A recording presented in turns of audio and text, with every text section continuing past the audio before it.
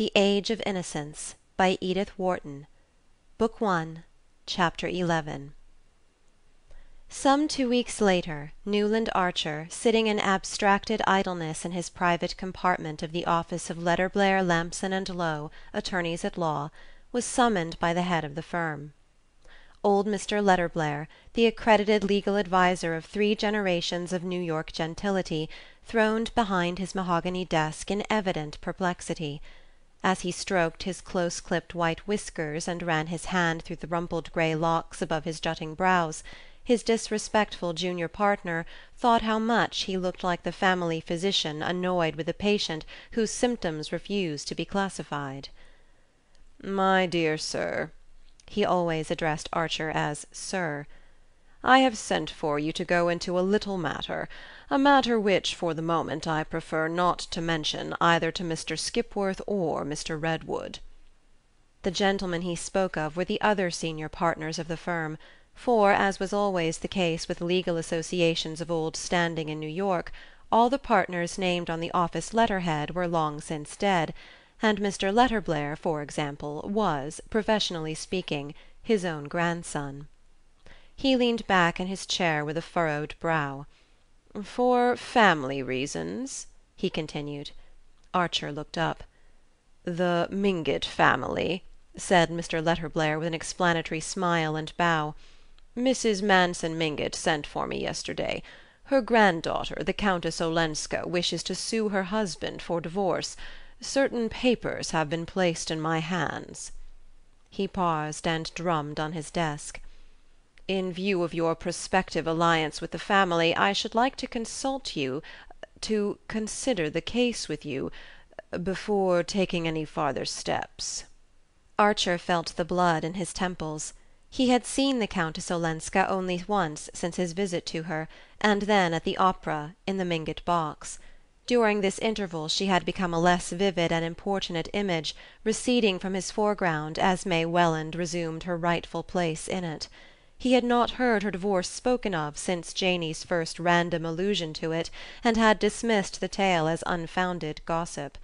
Theoretically, the idea of divorce was almost as distasteful to him as to his mother, and he was annoyed that Mr. Letterblair, no doubt prompted by old Catherine Mingott, should be so evidently planning to draw him into the affair. After all, there were plenty of Mingott men for such jobs, and as yet he was not even a Mingott by marriage. He waited for the senior partner to continue. Mr. Letterblair unlocked a drawer and drew out a packet. "If you will run your eye over these papers." Archer frowned. "I beg your pardon, sir, but just because of the prospective relationship I should prefer your consulting Mr. Skipworth or Mr. Redwood." Mr. Letterblair looked surprised and slightly offended. It was unusual for a junior to reject such an opening. He bowed. "I respect your scruples, sir, but in this case I believe true delicacy requires you to do as I ask. Indeed, the suggestion is not mine, but Mrs. Manson Mingott's and her son's. I have seen Lovell Mingott, and also Mr. Welland. They all named you." Archer felt his temper rising. He had been somewhat languidly drifting with events for the last fortnight, and letting May's fair looks and radiant nature obliterate the rather importunate pressure of the Mingott claims. But this behest of old Mrs. Mingott's roused him to a sense of what the clan thought they had the right to exact from a prospective son-in-law, and he chafed at the role. "Her uncles ought to deal with this," he said. "They have. The matter has been gone into by the family. They are opposed to the Countess's idea, but she is firm and insists on a legal opinion." The young man was silent. He had not opened the packet in his hand. "Does she want to marry again?" "I believe it is suggested, but she denies it." "Then will you oblige me, Mr. Archer, by first looking through these papers? Afterward, when we have talked the case over, I will give you my opinion." Archer withdrew reluctantly with the unwelcome documents. Since their last meeting he had half unconsciously collaborated with events in ridding himself of the burden of Madame Olenska. His hour alone with her by the firelight had drawn them into a momentary intimacy on which the Duke of St. Austrey's intrusion with Mrs. Lemuel Struthers, and the Countess's joyful greeting of them, had rather providentially broken. 2 days later Archer had assisted at the comedy of her reinstatement in the Van der Luydens' favour, and had said to himself, with a touch of tartness, that a lady who knew how to thank all-powerful elderly gentlemen to such good purpose for a bunch of flowers did not need either the private consolations or the public championship of a young man of his small compass. To look at the matter in this light simplified his own case and surprisingly furbished up all the dim domestic virtues.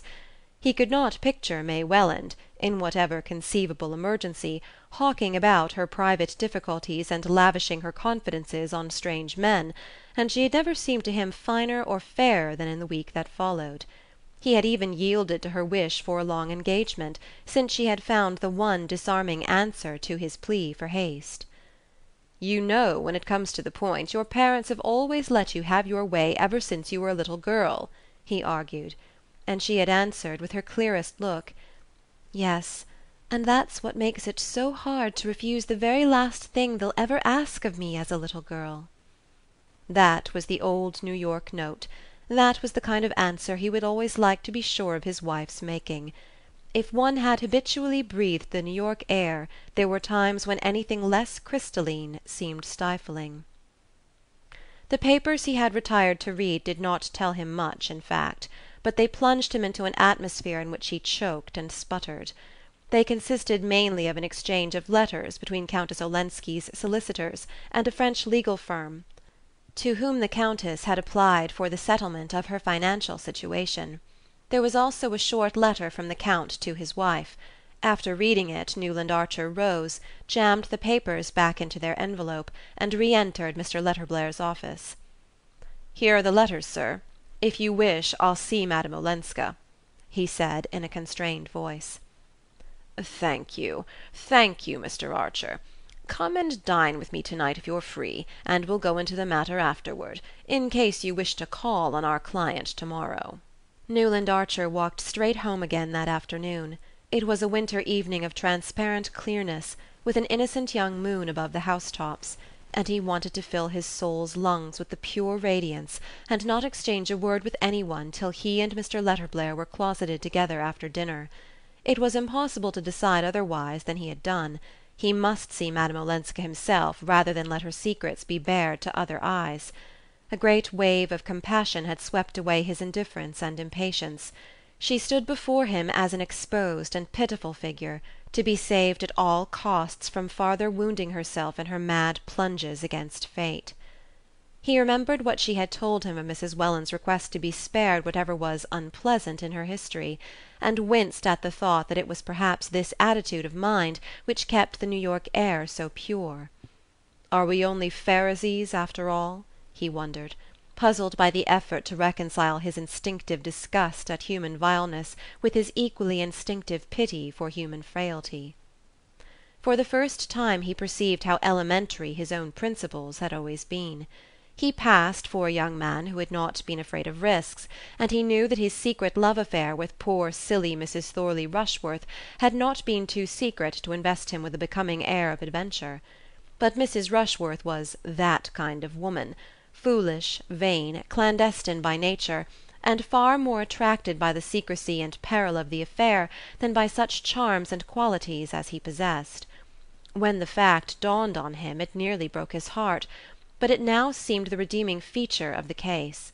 The affair, in short, had been of the kind that most of the young men of his age had been through, and emerged from with calm consciences and an undisturbed belief in the abysmal distinction between the women one loved and respected and those one enjoyed and pitied.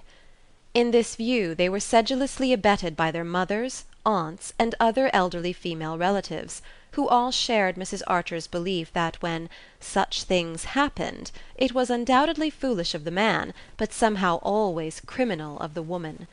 All the elderly ladies whom Archer knew regarded any woman who loved imprudently as necessarily unscrupulous and designing, and mere simple-minded man as powerless in her clutches. The only thing to do was to persuade him, as early as possible, to marry a nice girl, and then trust to her to look after him. In the complicated old European communities, Archer began to guess, love problems might be less simple and less easily classified. Rich and idle and ornamental societies must produce many more such situations, and there might even be one in which a woman naturally sensitive and aloof would yet, from the force of circumstances, from sheer defencelessness and loneliness, be drawn into a tie inexcusable by conventional standards. On reaching home he wrote a line to the Countess Olenska, asking at what hour of the next day she could receive him, and dispatched it by a messenger-boy, who returned presently with a word to the effect that she was going to Skuytercliff the next morning to stay over Sunday with the van der Luydens, but that he would find her alone that evening after dinner. The note was written on a rather untidy half-sheet, without date or address, but her hand was firm and free. He was amused at the idea of her week-ending in the stately solitude of Skuytercliff, but immediately afterward felt that there, of all places, she would most feel the chill of minds rigorously averted from the unpleasant. He was at Mr. Letterblair's punctually at 7, glad of the pretext for excusing himself soon after dinner. He had formed his own opinion from the papers entrusted to him, and did not especially want to go into the matter with his senior partner. Mr. Letterblair was a widower, and they dined alone, copiously and slowly, in a dark shabby room hung with yellowing prints of The Death of Chatham and the Coronation of Napoleon. On the sideboard, between fluted Sheraton knife-cases, stood a decanter of Haut-Brion, and another of the old Lanning port, the gift of a client, which the wastrel Tom Lanning had sold off a year or two before his mysterious and discreditable death in San Francisco, an incident less publicly humiliating to the family than the sale of the cellar. After a velvety oyster soup came shad and cucumbers, then a young broiled turkey with corn fritters, followed by a canvas-back with currant jelly and a celery mayonnaise. Mr. Letterblair, who lunched on a sandwich and tea, dined deliberately and deeply, and insisted on his guests doing the same. Finally, when the closing rites had been accomplished, the cloth was removed, cigars were lit, and Mr. Letterblair, leaning back in his chair and pushing the port westward, said, spreading his back agreeably to the coal-fire behind him, "The whole family are against a divorce, and I think rightly." Archer instantly felt himself on the other side of the argument. "But why, sir? If there ever was a case—" "Well, what's the use? She's here, he's there, the Atlantic's between them. She'll never get back $1 more of her money than what he's voluntarily returned to her. Their damned heathen marriage settlements take precious good care of that. As things go over there, Olenski's acted generously. He might have turned her out without a penny." The young man knew this, and was silent. "I understand, though," Mr. Letterblair continued, "that she attaches no importance to the money. Therefore, as the family say, why not let well enough alone?" Archer had gone to the house an hour earlier in full agreement with Mr. Letterblair's view, but put into words by this selfish, well-fed, and supremely indifferent old man, it suddenly became the Pharisaic voice of a society wholly absorbed in barricading itself against the unpleasant. "I think it's for her to decide." "Hm. Have you considered the consequences if she decides for divorce?" "You mean the threat in her husband's letter? What weight would that carry? It's no more than the vague charge of an angry blackguard." "Yes, but it might make some unpleasant talk if he really defends the suit." "Unpleasant!" said Archer explosively. Mr. Letterblair looked at him from under inquiring eyebrows, and the young man, aware of the uselessness of trying to explain what was in his mind, bowed acquiescently while his senior continued, "Divorce is always unpleasant." "You agree with me?" Mr. Letterblair resumed, after a waiting silence. "Naturally," said Archer. "Well, then, I may count on you, the Mingotts may count on you to use your influence against the idea?" Archer hesitated. "I can't pledge myself till I've seen the Countess Olenska," he said at length. "Mr. Archer, I don't understand you. Do you want to marry into a family with a scandalous divorce suit hanging over it?" "I don't think that has anything to do with the case."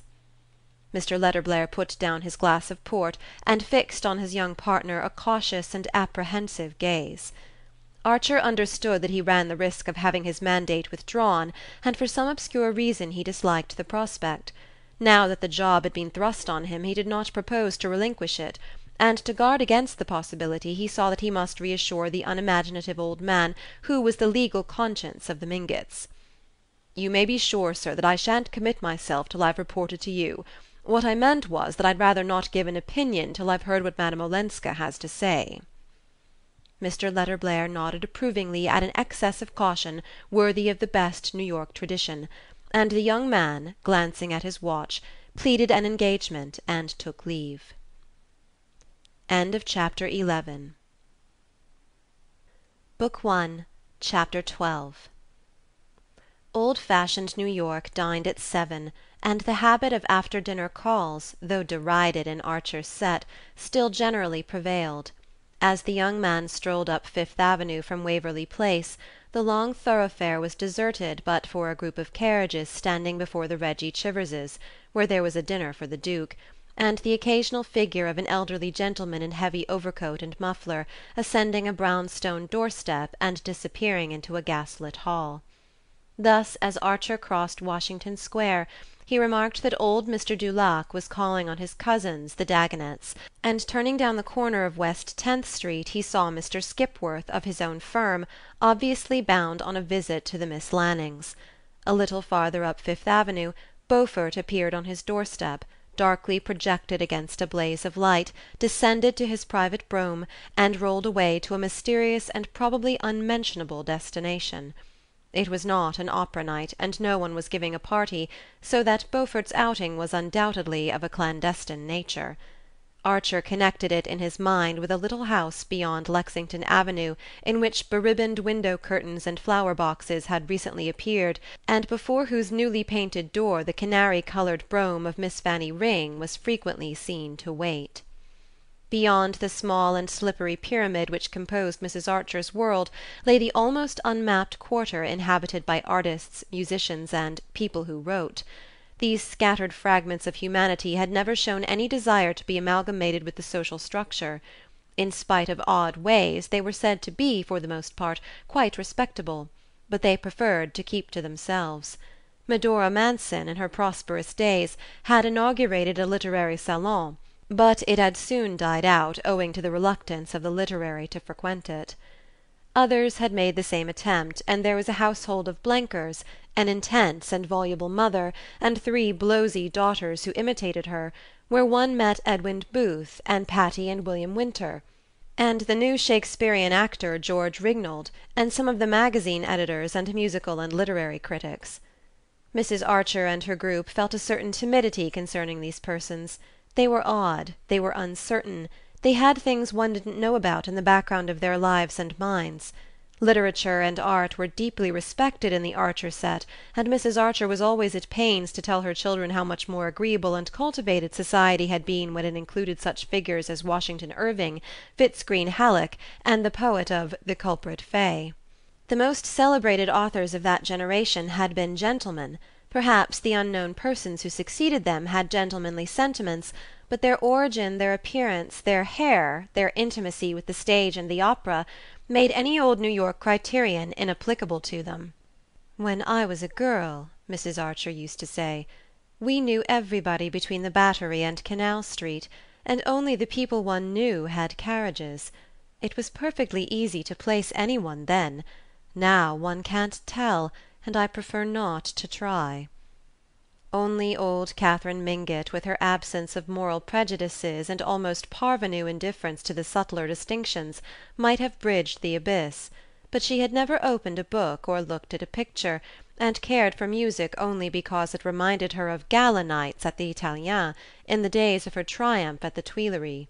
Possibly Beaufort, who was her match in daring, would have succeeded in bringing about a fusion, but his grand house and silk-stockinged footman were an obstacle to informal sociability. Moreover, he was as illiterate as old Mrs. Mingott, and considered "fellows who wrote" as the mere paid purveyors of rich men's pleasures, and no one rich enough to influence his opinion had ever questioned it. Newland Archer had been aware of these things ever since he could remember, and had accepted them as part of the structure of his universe. He knew that there were societies where painters and poets and novelists and men of science and even great actors were as sought after as dukes.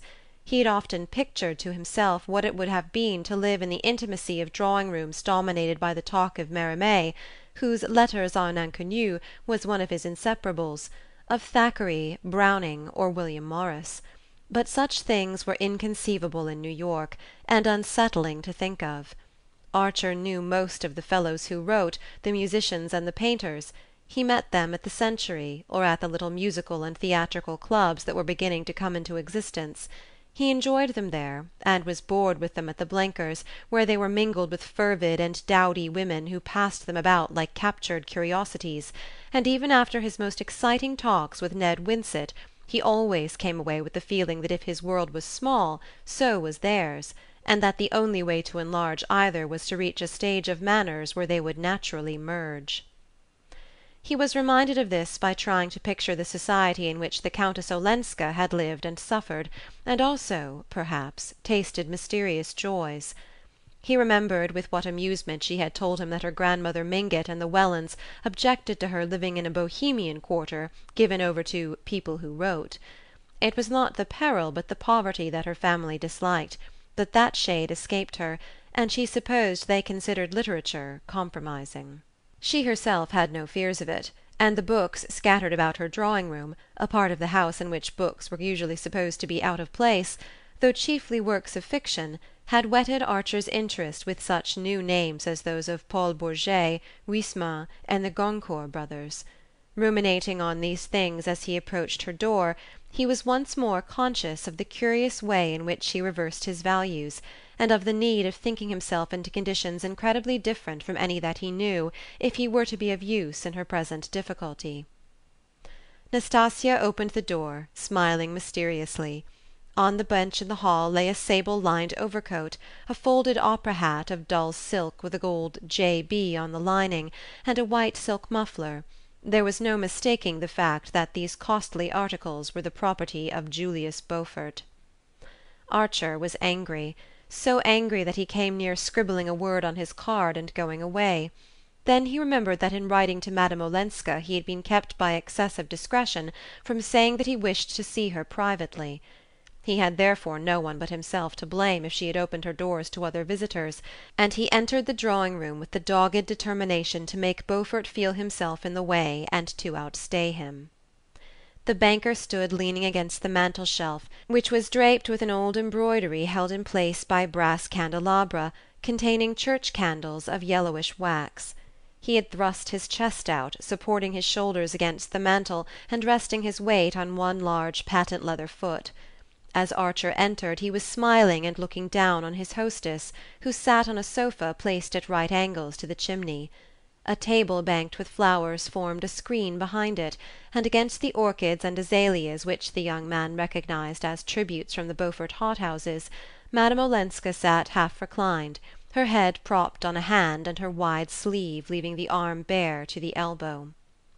It was usual for ladies who received in the evenings to wear what were called simple dinner dresses, a close-fitting armour of whaleboned silk, slightly open in the neck, with lace ruffles filling in the crack, and tight sleeves with a flounce uncovering just enough wrist to show an Etruscan gold bracelet or a velvet band. But Madame Olenska, heedless of tradition, was attired in a long robe of red velvet bordered about the chin and down the front with glossy black fur. Archer remembered on his last visit to Paris seeing a portrait by the new painter, Carolus Durin, whose pictures were the sensation of the salon, in which the lady wore one of these bold sheath-like robes with her chin nestling in fur.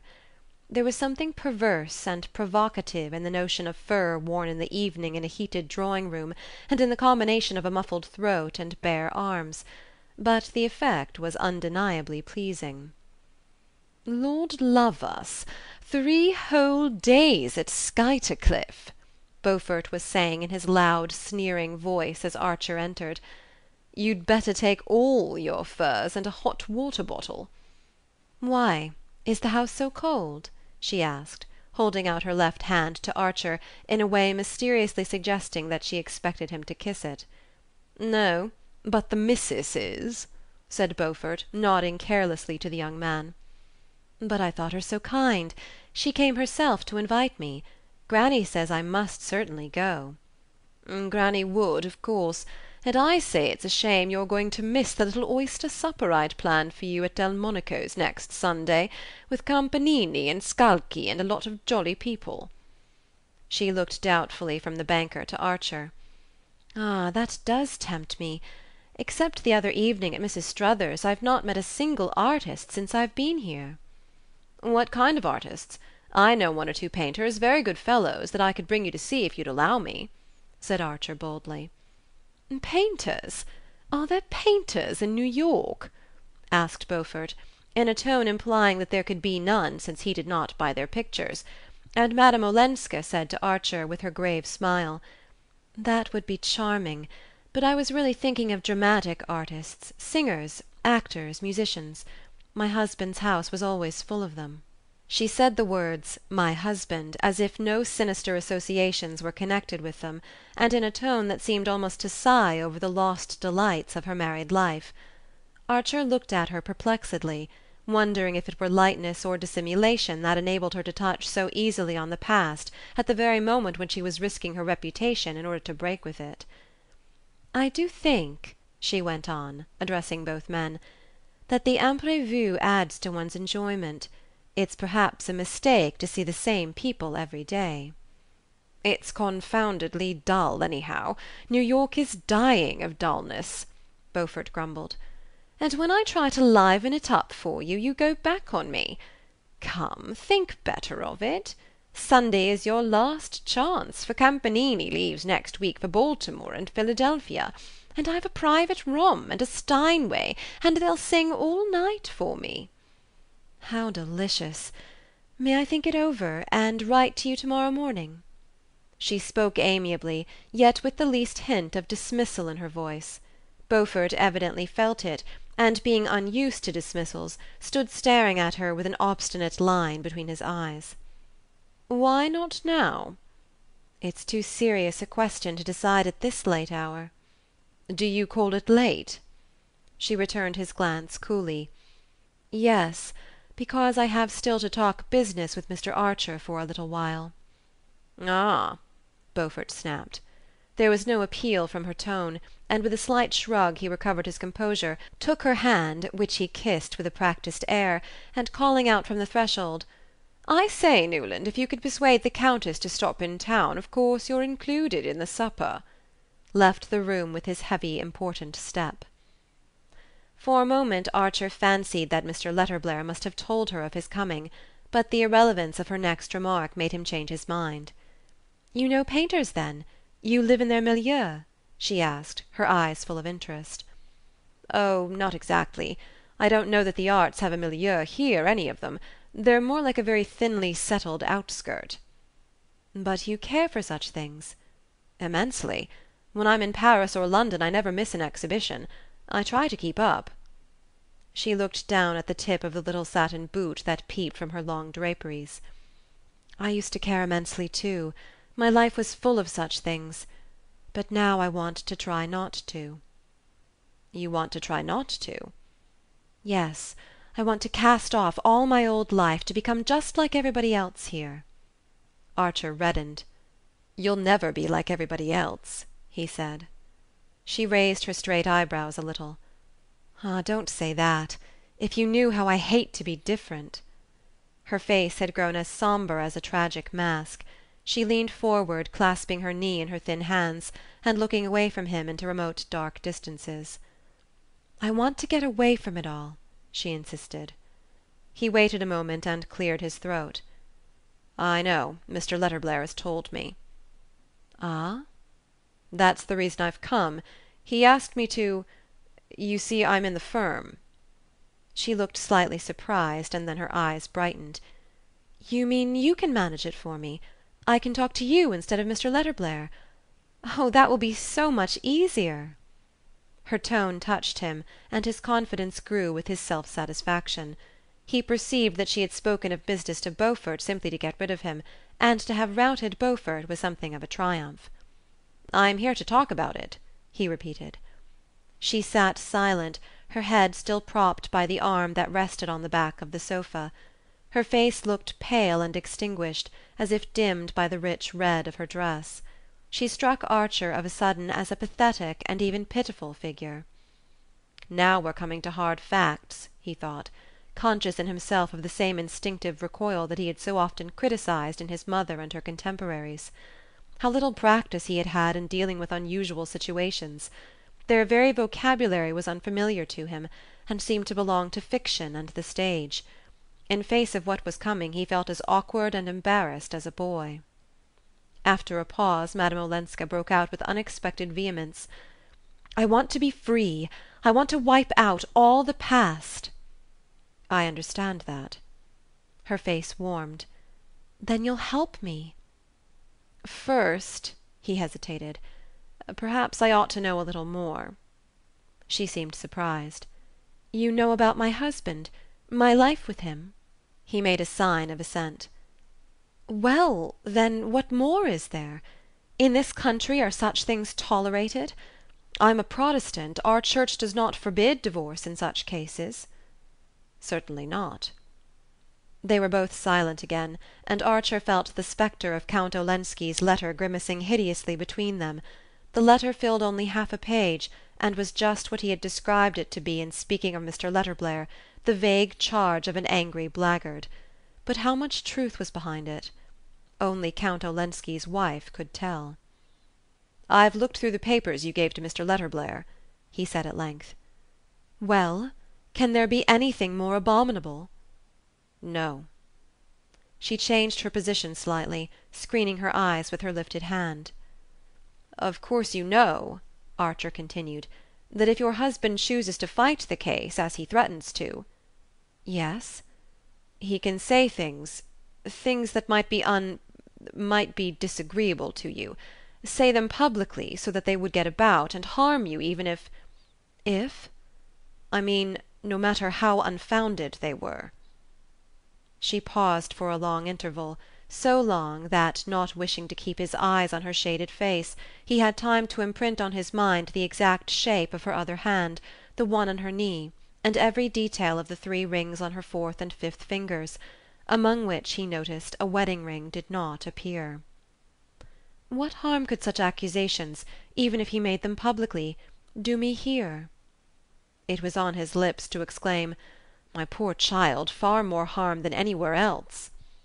Instead, he answered, in a voice that sounded in his ears like Mr. Letterblair's, "New York society is a very small world compared with the one you've lived in, and it's ruled, in spite of appearances, by a few people with, well, rather old-fashioned ideas." She said nothing, and he continued, "Our ideas about marriage and divorce are particularly old-fashioned. Our legislation favours divorce. Our social customs don't." "Never?" "Well, not if the woman, however injured, however irreproachable, has appearances in the least degree against her, has exposed herself by any unconventional action to offensive insinuations." She drooped her head a little lower, and he waited again, intensely hoping for a flash of indignation, or at least a brief cry of denial. None came. A little travelling clock ticked purringly at her elbow, and a log broke in two and sent up a shower of sparks. The whole hushed and brooding room seemed to be waiting silently with Archer. "Yes," she murmured at length, "that's what my family tell me." He winced a little. "It's not unnatural." "Our family," she corrected herself, and Archer coloured. "For you'll be my cousin soon," she continued gently. "I hope so." "And you take their view?" He stood up at this, wandered across the room, stared with void eyes at one of the pictures against the old red damask, and came back irresolutely to her side. How could he say, "Yes, if what your husband hints is true, or if you've no way of disproving it"? "Sincerely," she interjected, as he was about to speak. He looked down into the fire. "Sincerely, then, what should you gain that would compensate for the possibility, the certainty, of a lot of beastly talk?" "But my freedom! Is that nothing?"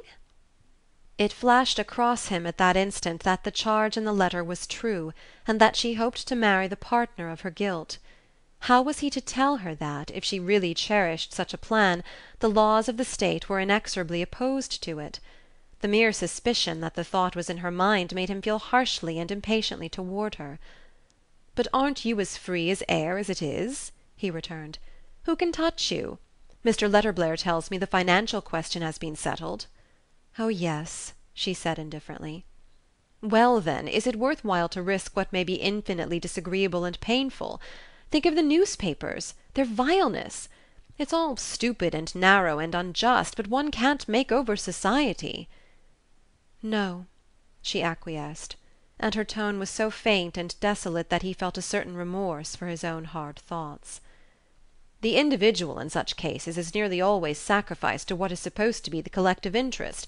People cling to any convention that keeps the family together, protects the children if there are any," he rambled on, pouring out all the stock phrases that rose to his lips in his intense desire to cover over the ugly reality which her silence seemed to have laid bare. Since she would not or could not say the one word that would have cleared the air, his wish was not to let her feel that he was trying to probe into her secret. Better keep on the surface, in the prudent old New York way, than risk uncovering a wound he could not heal. "It's my business, you know," he went on, "to help you to see these things as the people who are fondest of you see them. The Mingotts, the Wellands, the van der Luydens, all your friends and relations. If I didn't show you how honestly they judge such questions, it wouldn't be fair of me, would it?" He spoke insistently, almost pleading with her in his eagerness to cover up that yawning silence. She said slowly, "No, it wouldn't be fair." The fire had crumbled down to greyness, and one of the lamps made a gurgling appeal for attention. Madame Olenska rose, wound it up, and returned to the fire, but without resuming her seat. Her remaining on her feet seemed to signify that there was nothing more for either of them to say, and Archer stood up also. "Very well, I will do what you wish," she said abruptly. The blood rushed to his forehead, and taken aback by the suddenness of her surrender, he caught her two hands awkwardly in his.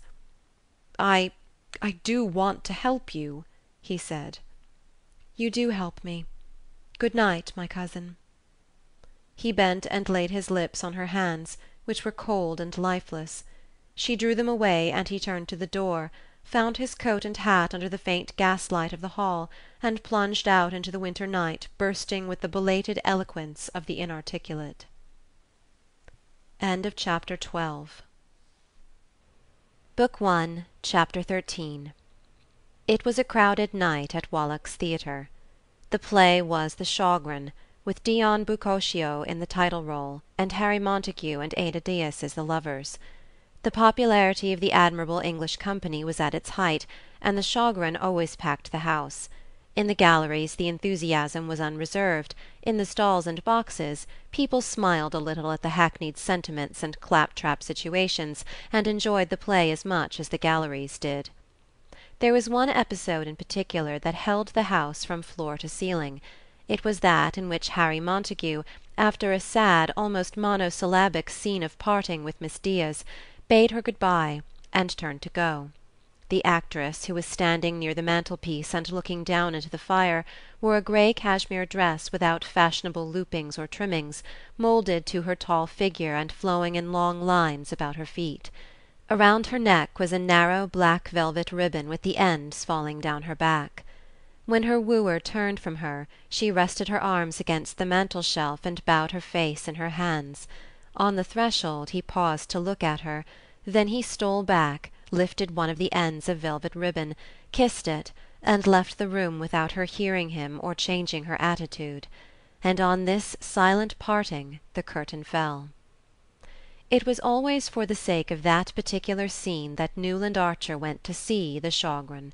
He thought the adieu of Montague and Ada Diaz as fine as anything he had ever seen Croizette and Bresson do in Paris, or Madge Robertson and Kendall in London. In its reticence, its dumb sorrow, it moved him more than the most famous histrionic outpourings. On the evening in question the little scene acquired an added poignancy by reminding him, he could not have said why, of his leave-taking from Madame Olenska after their confidential talk a week or 10 days earlier. It would have been as difficult to discover any resemblance between the two situations as between the appearance of the persons concerned. Newland Archer could not pretend to anything approaching the young English actor's romantic good looks, and Miss Diaz was a tall red-haired woman of monumental build whose pale and pleasantly ugly face was utterly unlike Ellen Olenska's vivid countenance. Nor were Archer and Madame Olenska two lovers parting in heartbroken silence. They were client and lawyer separating after a talk which had given the lawyer the worst possible impression of the client's case. Wherein, then, lay the resemblance that made the young man's heart beat with a kind of retrospective excitement? It seemed to be in Madame Olenska's mysterious faculty of suggesting tragic and moving possibilities outside the daily run of experience. She had hardly ever said a word to him to produce this impression, but it was a part of her, either a projection of her mysterious and outlandish background, or of something inherently dramatic, passionate, and unusual in herself. Archer had always been inclined to think that chance and circumstance played a small part in shaping people's lots compared with their innate tendency to have things happen to them. This tendency he had felt from the first in Madame Olenska. The quiet, almost passive young woman struck him as exactly the kind of person to whom things were bound to happen, no matter how much she shrank from them and went out of her way to avoid them. The exciting fact was her having lived in an atmosphere so thick with drama that her own tendency to provoke it had apparently passed unperceived. It was precisely the odd absence of surprise in her that gave him the sense of her having been plucked out of a very maelstrom. The things she took for granted gave the measure of those she had rebelled against. Archer had left her with the conviction that Count Olenski's accusation was not unfounded. The mysterious person who figured in his wife's past as the secretary had probably not been unrewarded for his share in her escape. The conditions from which she had fled were intolerable, past speaking of, past believing. She was young, she was frightened, she was desperate. What more natural than that she should be grateful to her rescuer? The pity was that her gratitude put her, in the law's eyes and the world's, on a par with her abominable husband. Archer had made her understand this as he was bound to do. He had also made her understand that simple-hearted kindly New York, on whose larger charity she had apparently counted, was precisely the place where she could least hope for indulgence. To have to make this fact plain to her, and to witness her resigned acceptance of it, had been intolerably painful to him. He felt himself drawn to her by obscure feelings of jealousy and pity, as if her dumbly confessed error had put her at his mercy, humbling yet endearing her. He was glad it was to him she had revealed her secret, rather than to the cold scrutiny of Mr. Letterblair or the embarrassed gaze of her family. He immediately took it upon himself to assure them both that she had given up her idea of seeking a divorce, basing her decision on the fact that she had understood the uselessness of the proceeding, and with infinite relief they had all turned their eyes from the unpleasantness she had spared them. "I was sure Newland would manage it," Mrs. Welland had said proudly of her future son-in-law, and old Mrs. Mingott, who had summoned him for a confidential interview, had congratulated him on his cleverness, and added impatiently, "Silly goose! I told her myself what nonsense it was, wanting to pass herself off as Ellen Mingott and an old maid when she has the good luck to be a married woman and a countess." These incidents had made the memory of his last talk with Madame Olenska so vivid to the young man that as the curtain fell on the parting of the two actors his eyes filled with tears, and he stood up to leave the theatre. In doing so he turned to the side of the house behind him, and saw the lady of whom he was thinking seated in a box with the Beauforts, Lawrence Lefferts, and one or two other men. He had not spoken with her alone since their evening together, and he had tried to avoid being with her in company. But now their eyes met, and as Mrs. Beaufort recognized him at the same time, and made her languid little gesture of invitation, it was impossible not to go into the box. Beaufort and Lefferts made way for him, and after a few words with Mrs. Beaufort, who always preferred to look beautiful and not have to talk, Archer seated himself behind Madame Olenska.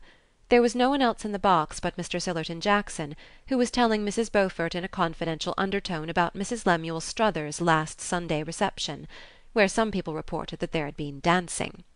Under cover of this circumstantial narrative, to which Mrs. Beaufort listened with her perfect smile, and her head at just the right angle to be seen in profile from the stalls, Madame Olenska turned and spoke in a low voice. "Do you think," she asked, glancing towards the stage, "he will send her a bunch of yellow roses tomorrow morning?" Archer reddened, and his heart gave a leap of surprise. He had called only twice on Madame Olenska, and each time he had sent her a box of yellow roses, and each time without a card. She had never before made any allusion to the flowers, and he supposed she had never thought of him as the sender. Now her sudden recognition of the gift, and her associating it with the tender leave-taking on the stage, filled him with an agitated pleasure. "I was thinking of that too. I was going to leave the theatre in order to take the picture away with me," he said. To his surprise her colour rose, reluctantly and duskily. She looked down at the mother-of-pearl opera-glass in her smoothly gloved hands, and said, after a pause, "What do you do while May is away?" "I stick to my work," he answered, faintly annoyed by the question. In obedience to a long-established habit, the Wellands had left the previous week for St. Augustine, where, out of regard for the supposed susceptibility of Mr. Welland's bronchial tubes, they always spent the latter part of the winter. Mr. Welland was a mild and silent man, with no opinions but with many habits. With these habits none might interfere, and one of them demanded that his wife and daughter should always go with him on his annual journey to the south. To preserve an unbroken domesticity was essential to his peace of mind. He would not have known where his hair-brushes were, or how to provide stamps for his letters, if Mrs. Welland had not been there to tell him.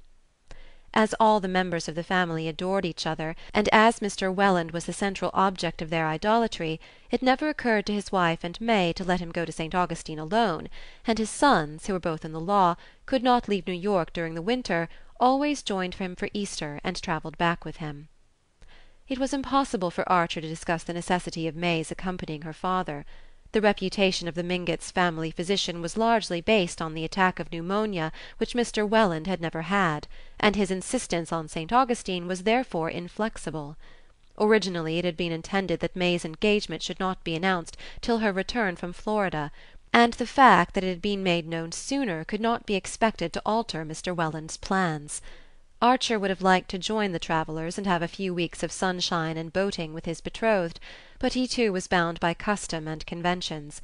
Little arduous as his professional duties were, he would have been convicted of frivolity by the whole Mingott clan if he had suggested asking for a holiday in mid-winter, and he accepted May's departure with the resignation which he perceived would have to be one of the principal constituents of married life. He was conscious that Madame Olenska was looking at him under lowered lids. "I have done what you wished, what you advised," she said abruptly. "Ah, I'm glad," he returned, embarrassed by her broaching the subject at such a moment. "I understand that you are right," she went on a little breathlessly, "but sometimes life is difficult, perplexing." "I know." "And I wanted to tell you that I do feel you were right, and that I'm grateful to you," she ended, lifting her opera-glass quickly to her eyes as the door of the box opened and Beaufort's resonant voice broke in on them.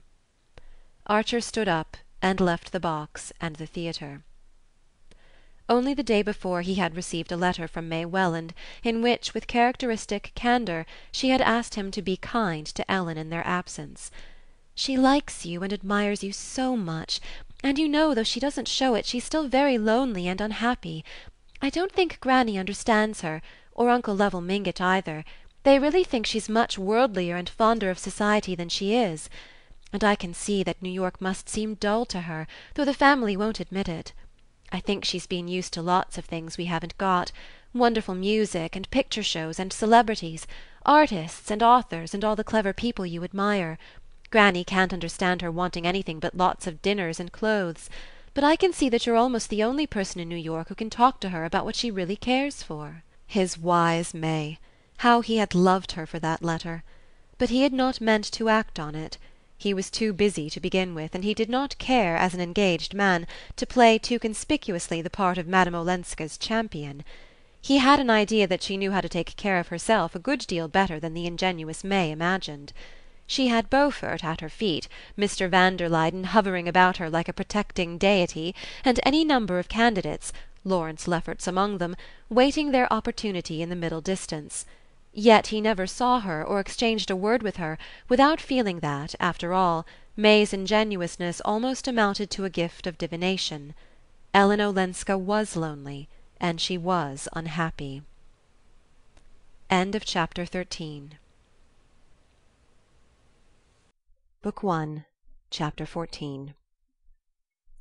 As he came out into the lobby, Archer ran across his friend Ned Winsett, the only one among what Janey called his clever people with whom he cared to probe into things a little deeper than the average level of club and chop-house banter. He had caught sight, across the house, of Winsett's shabby round-shouldered back, and had once noticed his eyes turned toward the Beaufort box. The two men shook hands, and Winsett proposed a bock at a little German restaurant around the corner. Archer, who was not in the mood for the kind of talk they were likely to get there, declined on the plea that he had work to do at home, and Winsett said, "Oh, well, so have I, for that matter, and I'll be the industrious apprentice, too."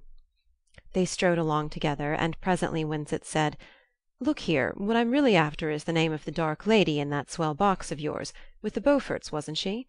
The one your friend Lefferts seemed so smitten by." Archer, he could not have said why, was slightly annoyed. What the devil did Ned Winsett want with Ellen Olenska's name? And above all, why did he couple it with Lefferts? It was unlike Winsett to manifest such curiosity, but after all, Archer remembered, he was a journalist. "It's not for an interview, I hope?" he laughed. "Well, not for the press, just for myself," Winsett rejoined. "The fact is, she's a neighbor of mine. Queer quarter for such a beauty to settle in, and she's been awfully kind to my little boy, who fell down her area chasing his kitten, and gave himself a nasty cut. She rushed in bareheaded, carrying him in her arms, with his knee all beautifully bandaged, and was so sympathetic and beautiful that my wife was too dazzled to ask her name." A pleasant glow dilated Archer's heart. There was nothing extraordinary in the tale. Any woman would have done as much for her neighbor's child.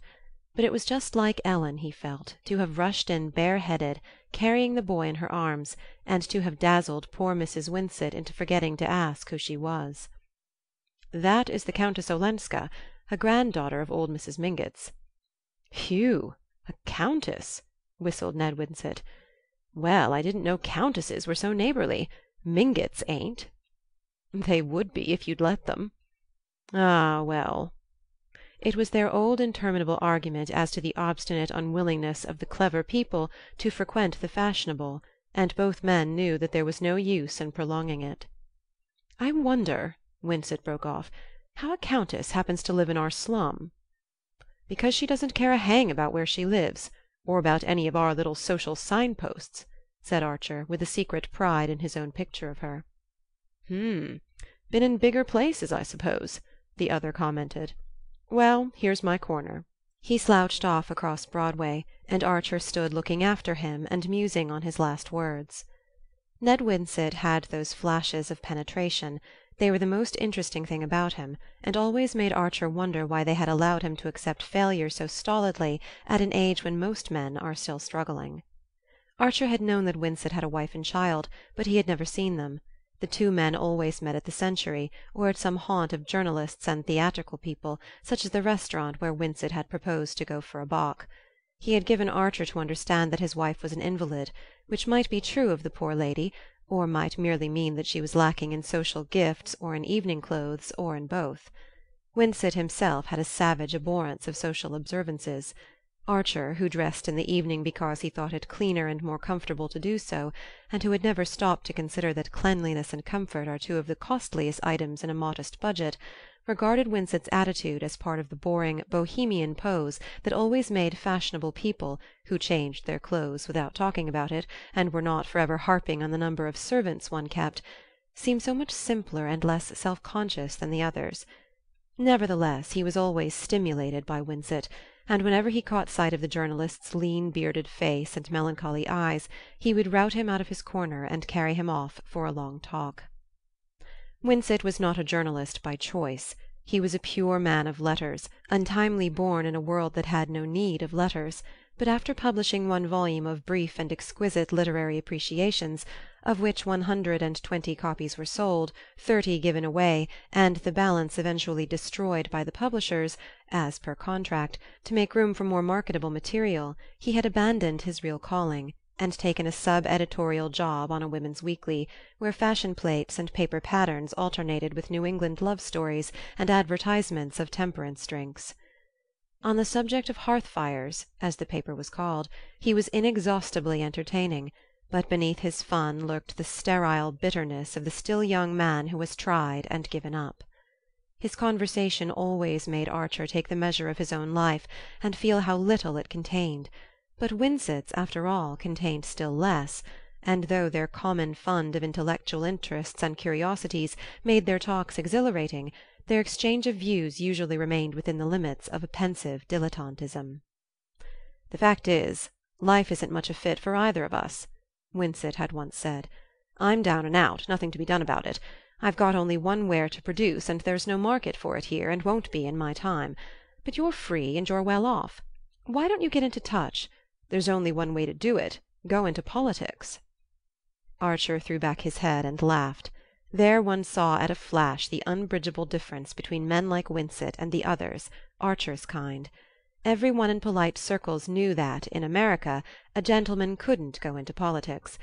But since he could hardly put it in that way to Winsett, he answered evasively, "Look at the career of the honest man in American politics. They don't want us." "Who's they? Why don't you all get together and be they yourselves?" Archer's laugh lingered on his lips in a slightly condescending smile. It was useless to prolong the discussion. Everybody knew the melancholy fate of the few gentlemen who had risked their clean linen in municipal or state politics in New York. The day was past when that sort of thing was possible. The country was in possession of the bosses and the immigrant, and decent people had to fall back on sport or culture. Culture! Yes, if we had it. But there are just a few little local patches, dying out here and there for lack of, well, hoeing and cross-fertilizing, the last remnants of the old European tradition that your forebears brought with them. But you're in a pitiful little minority. You've got no centre, no competition, no audience. You're like the pictures on the walls of a deserted house, the portrait of a gentleman. You'll never amount to anything, any of you, till you roll up your sleeves and get right down into the muck. That, or emigrate. God, if I could emigrate!" Archer mentally shrugged his shoulders and turned the conversation back to books, where Winsett, if uncertain, was always interesting.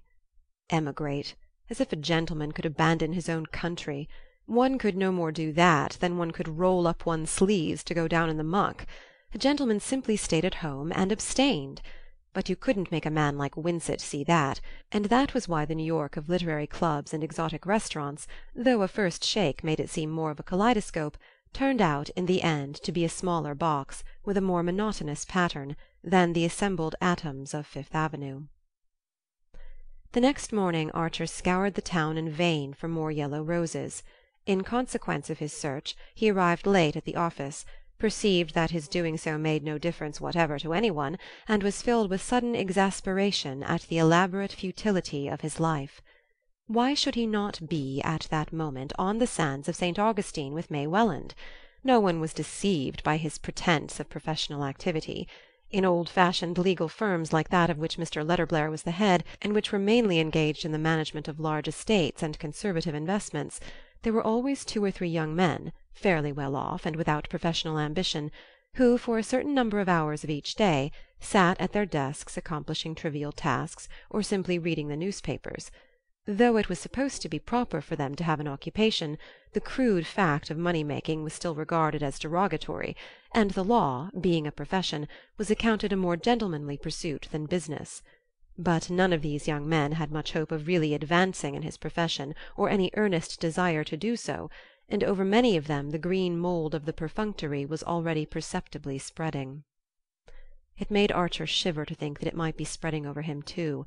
He had, to be sure, other tastes and interests. He spent his vacations in European travel, cultivated the "clever people" May spoke of, and generally tried to keep up, as he had somewhat wistfully put it to Madame Olenska. But once he was married, what would become of his narrow margin of life in which his real experiences were lived? He had seen enough of other young men who had dreamed his dream, though perhaps less ardently, and who had gradually sunk into the placid and luxurious routine of their elders. From the office he sent a note by messenger to Madame Olenska, asking if he might call that afternoon, and begging her to let him find a reply at his club; but at the club he found nothing, nor did he receive any letter the following day. This unexpected silence mortified him beyond reason, and though the next morning he saw a glorious cluster of yellow roses behind a florist's window-pane, he left it there. It was only on the third morning that he received a line by post from the Countess Olenska. To his surprise it was dated from Skuytercliff, whither the van der Luydens had promptly retreated after putting the Duke on board his steamer. "I ran away," the writer began abruptly, without the usual preliminaries, "the day after I saw you at the play, and these kind friends have taken me in. I wanted to be quiet and think things over. You were right in telling me how kind they were. I feel myself so safe here. I wish that you were with us." She ended with a conventional "Yours sincerely," and without any allusion to the date of her return. The tone of the note surprised the young man. What was Madame Olenska running away from, and why did she feel the need to be safe? His first thought was of some dark menace from abroad. Then he reflected that he did not know her epistolary style, and that it might run to picturesque exaggeration. Women always exaggerated, and moreover she was not wholly at her ease in English, which she often spoke as if she were translating from the French. "Je me suis évadée." Put in that way, the opening sentence immediately suggested that she might merely have wanted to escape from a boring round of engagements, which was very likely true, for he judged her to be capricious, and easily wearied of the pleasure of the moment. It amused him to think of the van der Luydens having carried her off to Skuytercliff on a second visit, and this time for an indefinite period. The doors of Skuytercliff were rarely and grudgingly opened to visitors, and a chilly week-end was the most ever offered to the few thus privileged. But Archer had seen, on his last visit to Paris, the delicious play of Labiche, Le Voyage de Monsieur Perrichon, and he remembered Monsieur Perrichon's dogged and undiscouraged attachment to the young man whom he had pulled out of the glacier. The van der Luydens had rescued Madame Olenska from a doom almost as icy, and though there were many other reasons for being attached to her, Archer knew that beneath them all lay the gentle and obstinate determination to go on rescuing her. He felt a distinct disappointment on learning that she was away, and almost immediately remembered that, only the day before, he had refused an invitation to spend the following Sunday with the Reggie Chiverses at their house on the Hudson, a few miles below Skuytercliff. He had had his fill long ago of the noisy, friendly parties at High Bank, with coasting, ice-boating, sleighing, long tramps in the snow, and a general flavour of mild flirting and milder practical jokes. He had just received a box of new books from his London bookseller, and had preferred the prospect of a quiet Sunday at home with his spoils. But he now went into the club writing-room, wrote a hurried telegram, and told the servant to send it immediately. He knew that Mrs. Reggie didn't object to her visitors suddenly changing their minds, and that there was always a room to spare in her elastic house. End of Chapter 14. Book 1, Chapter 15. Newland Archer arrived at the Chiverses on Friday evening, and on Saturday went conscientiously through all the rites appertaining to a week-end at High Bank. In the morning he had a spin in the ice-boat with his hostess and a few of the hardier guests. In the afternoon he "went over the farm" with Reggie, and listened, in the elaborately appointed stables, to long and impressive disquisitions on the horse. After tea he talked in a corner of the firelit hall to a young lady who had professed herself broken-hearted when his engagement was announced, but was now eager to tell him of her own matrimonial hopes. And finally, about midnight, he assisted in putting a goldfish in one visitor's bed, dressed up a burglar in the bathroom of a nervous aunt, and saw in the small hours by joining in a pillow-fight that ranged from the nurseries to the basement. But on Sunday after luncheon he borrowed a cutter and drove over to Skuytercliff. People had always been told that the house at Skuytercliff was an Italian villa. Those who had never been to Italy believed it. So did some who had. The house had been built by Mr. van der Luyden in his youth, on his return from the grand tour, and in anticipation of his approaching marriage with Miss Louisa Dagonet. It was a large square wooden structure, with tongued and grooved walls painted pale green and white, a Corinthian portico, and fluted pilasters between the windows. From the high ground on which it stood, a series of terraces bordered by balustrades and urns descended in the steel-engraving style to a small irregular lake with an asphalt edge, overhung by rare weeping conifers. To the right and left, the famous weedless lawns studded with specimen trees, each of a different variety, rolled away to long ranges of grass crested with elaborate cast-iron ornaments, and below, in a hollow, lay the four-roomed stone house in which the first patroon had built on the land granted him in 1612. Against the uniform sheet of snow and the grayish winter sky the Italian villa loomed up rather grimly. Even in summer it kept its distance, when the boldest coleus bed had never ventured nearer than 30 feet from its awful front. Now, as Archer rang the bell, the long tinkle seemed to echo through a mausoleum, and the surprise of the butler, who at length responded to the call, was as great as though he had been summoned from his final sleep. Happily Archer was of the family, and therefore, irregular though his arrival was, entitled to be informed that the Countess Olenska was out, having driven to afternoon service with Mrs. van der Luyden exactly 3/4 of an hour earlier. "Mr. van der Luyden," the butler continued, "is in, sir, but my impression is that he is either finishing his nap or else reading yesterday's Evening Post. I heard him say, sir, on his return from church this morning, that he intended to look through the Evening Post after luncheon. If you like, sir, I might go to the library door and listen." But Archer, thanking him, said that he would go and meet the ladies, and the butler, obviously relieved, closed the door on him majestically. A groom took the cutter to the stables, and Archer struck through the park to the high road. The village of Skuytercliff was only a mile and a half away, but he knew that Mrs. van der Luyden never walked, and that he must keep to the road to meet the carriage. Presently, however, coming down a footpath that crossed the highway, he caught sight of a slight figure in a red cloak, with a big dog running ahead. He hurried forward, and Madame Olenska stopped short with a smile of welcome. "Ah, you've come," she said, and drew her hand from her muff. The red cloak made her look gay and vivid, like the Ellen Mingott of old days, and he laughed as he took her hand and answered, "I came to see what you were running away from." Her face clouded over, but she answered, "Ah, well, you will see presently." The answer puzzled him. "Why? Do you mean that you've been overtaken?" She shrugged her shoulders, with a little movement like Nastasia's, and rejoined in a lighter tone, "Shall we walk on? I'm so cold after the sermon. And what does it matter, now you're here to protect me?" The blood rose to his temples, and he caught a fold of her cloak. "Ellen, what is it? You must tell me."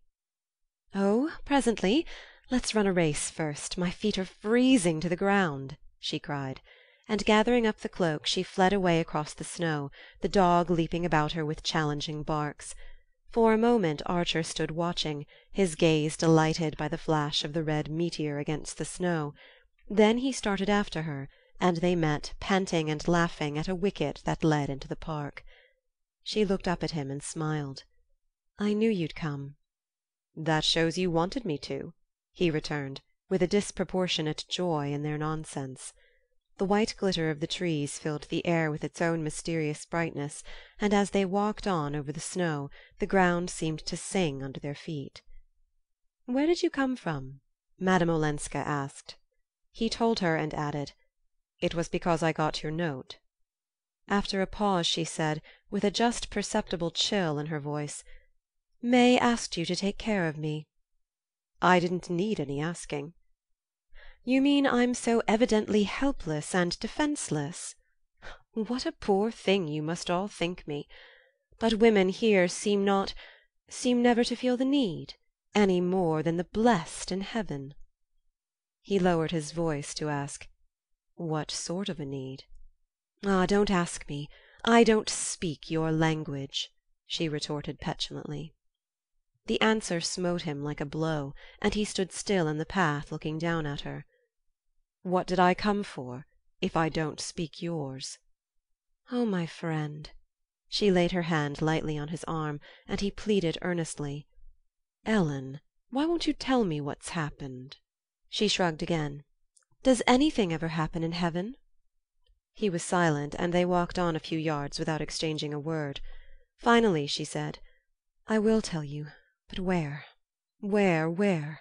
One can't be alone for a minute in that great seminary of a house, with all the doors wide open, and always a servant bringing tea, or a log for the fire, or the newspaper. Is there nowhere in an American house where one may be by one's self? You're so shy, and yet you're so public. I always feel as if I were in the convent again, or on the stage, before a dreadfully polite audience that never applauds." "Ah, you don't like us!" Archer exclaimed. They were walking past the house of the old patroon, with its squat walls and small square windows compactly grouped about a central chimney. The shutters stood wide, and through one of the newly washed windows Archer caught the light of a fire. "Why, the house is open," he said. She stood still. "No, only for to-day at least. I wanted to see it, and Mr. van der Luyden had the fire lit and the windows opened, so that we might stop there on the way back from church this morning." She ran up the steps and tried the door. "It's still unlocked. What luck! Come in and we can have a quiet talk. Mrs. van der Luyden has driven over to see her old aunts at Rhinebeck, and we shan't be missed at the house for another hour." He followed her into the narrow passage. His spirits, which had dropped at her last words, rose with an irrational leap.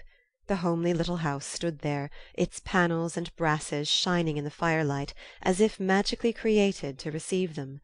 A big bed of embers still gleamed in the kitchen chimney, under an iron pot hung from an ancient crane. Rush-bottomed armchairs faced each other across the tiled hearth, and rows of Delft plates stood on shelves against the walls. Archer stooped over and threw a log upon the embers. Madame Olenska, dropping her cloak, sat down in one of the chairs. Archer leaned against the chimney and looked at her. "You're laughing now, but when you wrote me you were unhappy," he said. "Yes." She paused. "But I can't feel unhappy when you're here." "I shan't be here long," he rejoined, his lips stiffening with the effort to say just so much and no more. "No, I know. But I'm improvident. I live in the moment when I'm happy." The words stole through him like a temptation, and to close his senses to it he moved away from the hearth and stood gazing out at the black tree-boles against the snow. But it was as if she too had shifted her place, and he still saw her, between himself and the trees, drooping over the fire with her indolent smile. Archer's heart was beating insubordinately. What if it were from him that she had been running away, and if she had waited to tell him so till they were here alone together in this secret room? "Ellen, if I'm really a help to you, if you really wanted me to come, tell me what's wrong. Tell me what it is you're running away from," he insisted. He spoke without shifting his position, without even turning to look at her. If the thing was to happen, it was to happen in this way, with the whole width of the room between them, and his eyes still fixed on the outer snow. For a long moment she was silent, and in that moment Archer imagined her, almost heard her, stealing up behind him to throw her light arms about his neck. While he waited, soul and body throbbing with the miracle to come, his eyes mechanically received the image of a heavily coated man with his fur collar turned up, who was advancing along the path to the house. The man was Julius Beaufort. "Ah!" Archer cried, bursting into a laugh. Madame Olenska had sprung up and moved to his side, slipping her hand into his, but after a glance through the window her face paled and she shrank back. "So that was it," Archer said derisively. "I didn't know he was here," Madame Olenska murmured. Her hand still clung to Archer's, but he drew away from her, and walking out into the passage, threw open the door of the house. "Hello, Beaufort. This way. Madame Olenska was expecting you," he said. During his journey back to New York the next morning, Archer relived with a fatiguing vividness his last moments at Skuytercliff. Beaufort, though clearly annoyed at finding him with Madame Olenska, had as usual carried off the situation high-handedly. His way of ignoring people whose presence inconvenienced him actually gave them, if they were sensitive to it, a feeling of invisibility, of non-existence. Archer, as the three strolled back through the park, was aware of this odd sense of disembodiment, and humbling as it was to his vanity, it gave him the ghostly advantage of observing unobserved. Beaufort had entered the little house with his usual easy assurance, but he could not smile away the vertical line between his eyes. It was fairly clear that Madame Olenska had not known that he was coming, though her words to Archer had hinted at the possibility. At any rate, she had evidently not told him where she was going when she left New York, and her unexplained departure had exasperated him. The ostensible reason of his appearance was the discovery, the very night before, of a "perfect little house," not on the market, which was really just the thing for her, but would be snapped up instantly if she didn't take it; and he was loud in mock reproaches for the dance she had led him in running away just as he had found it. "If only this new dodge for talking along a wire had been a little bit nearer perfection, I might have told you all this from town, and been toasting my toes before the club fire at this minute, instead of tramping after you through the snow," he grumbled, disguising a real irritation under the pretence of it; and at this opening Madame Olenska twisted the talk away to the fantastic possibility that they might one day actually converse with each other from street to street, or even, incredible dream, from one town to another. This struck from all three allusions to Edgar Poe and Jules Verne, and such platitudes as naturally rise to the lips of the most intelligent when they are talking against time, and dealing with a new invention in which it would seem ingenuous to believe too soon; and the question of the telephone carried them safely back to the big house. Mrs. van der Luyden had not yet returned, and Archer took his leave and walked off to fetch the cutter, while Beaufort followed the Countess Olenska indoors. It was probable that, little as the van der Luydens encouraged unannounced visits, he could count on being asked to dine, and sent back to the station to catch the 9 o'clock train; but more than that he would certainly not get, for it would be inconceivable to his hosts that a gentleman travelling without luggage should wish to spend the night, and distasteful to them to propose it to a person with whom they were on terms of such limited cordiality as Beaufort. Beaufort knew all this, and must have foreseen it, and his taking the long journey for so small a reward gave the measure of his impatience. He was undeniably in pursuit of the Countess Olenska, and Beaufort had only one object in view in his pursuit of pretty women. His dull and childless home had long since palled on him, and in addition to more permanent consolations he was always in quest of amorous adventures in his own set. This was the man from whom Madame Olenska was avowedly flying. The question was whether she had fled because his importunities displeased her, or because she did not wholly trust herself to resist them; unless, indeed, all her talk of flight had been a blind, and her departure no more than a manoeuvre. Archer did not really believe this. Little as he had actually seen of Madame Olenska, he was beginning to think that he could read her face, and if not her face, her voice, and both had betrayed annoyance and even dismay at Beaufort's sudden appearance. But after all, if this were the case, was it not worse than if she had left New York for the express purpose of meeting him? If she had done that, she ceased to be an object of interest; she threw in her lot with the vulgarest of dissemblers. A woman engaged in a love affair with Beaufort classed herself irretrievably. No, it was worse 1,000 times, if, judging Beaufort and probably despising him, she was yet drawn to him by all that gave him an advantage over the other men about her: his habit of 2 continents and 2 societies, his familiar association with artists and actors and people generally in the world's eye, and his careless contempt for local prejudices. Beaufort was vulgar, he was uneducated, he was purse-proud; but the circumstances of his life, and a certain native shrewdness, made him better worth talking to than many men, morally and socially his betters, whose horizon was bounded by the Battery and the Central Park. How should any one coming from a wider world not feel the difference, and be attracted by it? Madame Olenska, in a burst of irritation, had said to Archer that he and she did not talk the same language, and the young man knew that in some respects this was true. But Beaufort understood every turn of her dialect and spoke it fluently. His view of life, his tone, his attitude, were merely a coarser reflection of those revealed in Count Olenski's letter. This might seem to be to his disadvantage with Count Olenski's wife, but Archer was too intelligent to think that a young woman like Ellen Olenska would necessarily recoil from everything that reminded her of her past. She might believe herself wholly in revolt against it, but what had charmed her in it would still charm her, even though it were against her will. Thus with a painful impartiality did the young man make out the case for Beaufort, and for Beaufort's victim. A longing to enlighten her was strong in him, and there were moments when he imagined that all she asked was to be enlightened. That evening he unpacked his books from London. The box was full of things he had been waiting for impatiently: a new volume of Herbert Spencer, another collection of the prolific Alphonse Daudet's brilliant tales, and a novel called Middlemarch, as to which there had lately been interesting things said in the reviews. He had declined 3 dinner invitations in favor of this feast, but though he turned the books with the sensuous joy of the book-lover, he did not know what he was reading, and one book after another dropped from his hand. Suddenly, among them, he lit on a small volume of verse which he had ordered because the name had attracted him, The House of Life. He took it up and found himself plunged in an atmosphere unlike any he had ever breathed in books, so warm, so rich, and yet so ineffably tender, that it gave a new and haunting beauty to the most elementary of human passions.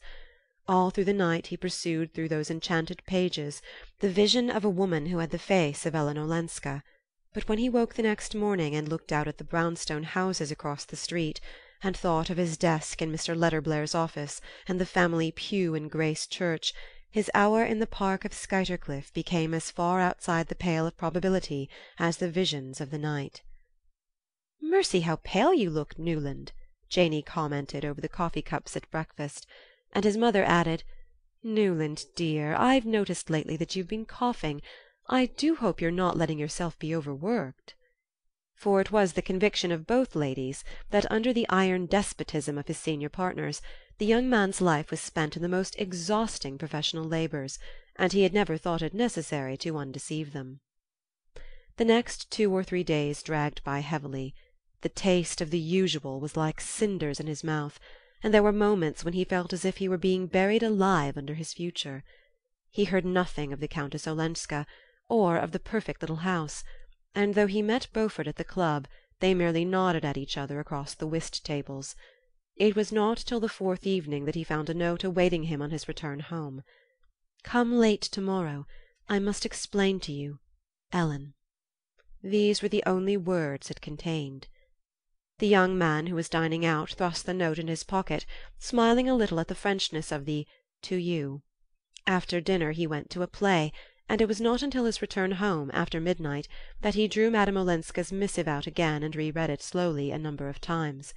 There were several ways of answering it, and he gave considerable thought to each one during the watches of an agitated night.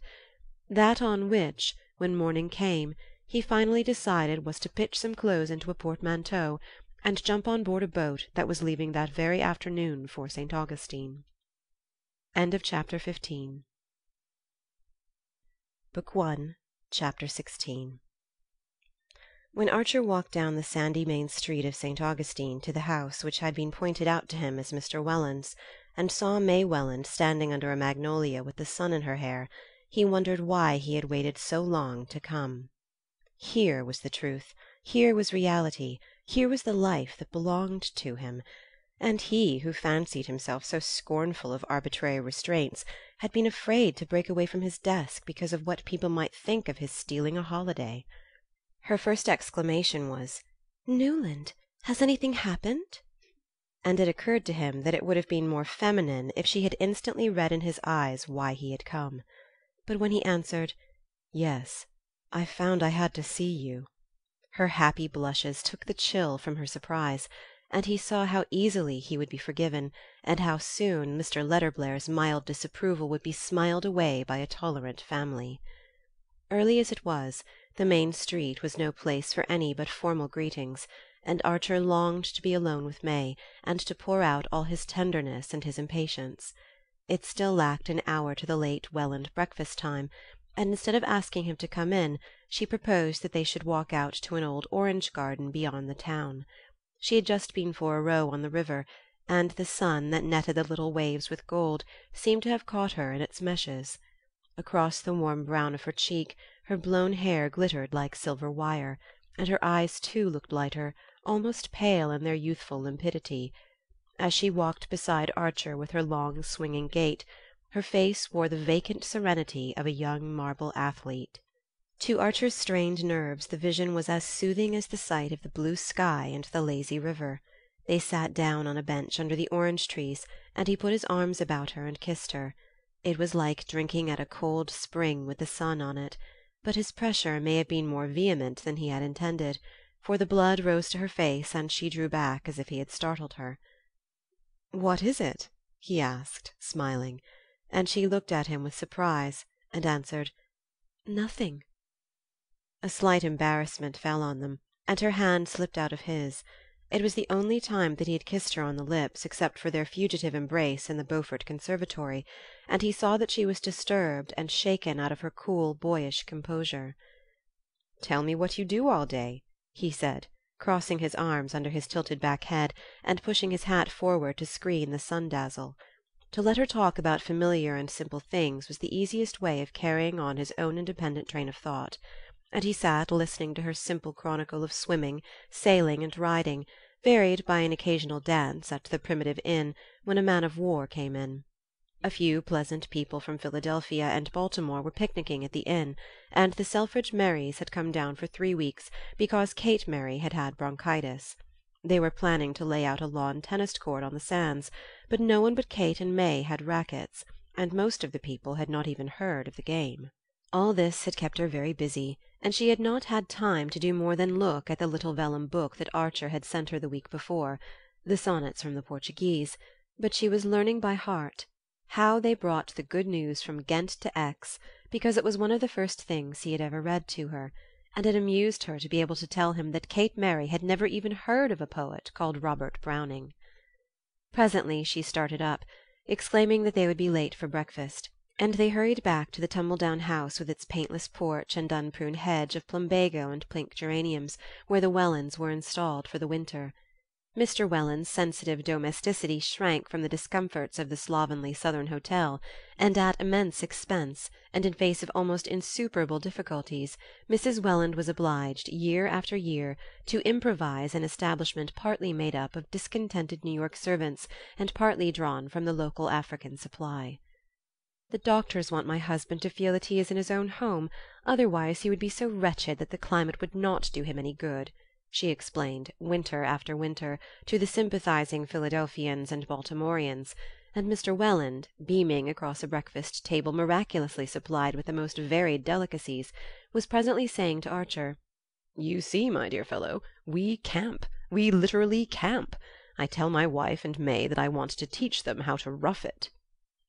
Mr. and Mrs. Welland had been as much surprised as their daughter by the young man's sudden arrival, but it had occurred to him to explain that he had felt himself on the verge of a nasty cold, and this seemed to Mr. Welland an all-sufficient reason for abandoning any duty.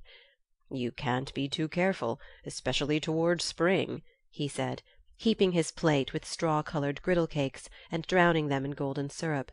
"If only I'd been as prudent at your age, May would have been dancing at the assemblies now, instead of spending her winters in a wilderness with an old invalid." "Oh, but I love it here, papa. You know I do. If only Newland could stay, I should like it 1,000 times better than New York."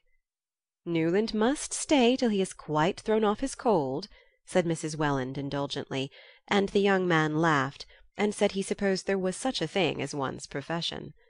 He managed, however, after an exchange of telegrams with the firm, to make his cold last a week, and it shed an ironic light on the situation to know that Mr. Letterblair's indulgence was partly due to the satisfactory way in which his brilliant young junior partner had settled the troublesome matter of the Olenski divorce. Mr. Letterblair had let Mrs. Welland know that Mr. Archer had rendered an invaluable service to the whole family, and that old Mrs. Manson Mingott had been particularly pleased, and one day when May had gone for a drive with her father in the only vehicle the place produced, Mrs. Welland took occasion to touch on a topic which she always avoided in her daughter's presence. "I'm afraid Ellen's ideas are not at all like ours. She was barely 18 when Medora Manson took her back to Europe. You remember the excitement when she appeared in black at her coming-out ball? Another of Medora's fads. Really, this time it was almost prophetic. That must have been at least 12 years ago, and since then Ellen has never been to America. No wonder she is completely Europeanized." "But European society is not given to divorce. Countess Olenska thought she would be conforming to American ideas in asking for her freedom." It was the first time that the young man had pronounced her name since he had left Skuytercliff, and he felt the colour rise to his cheek.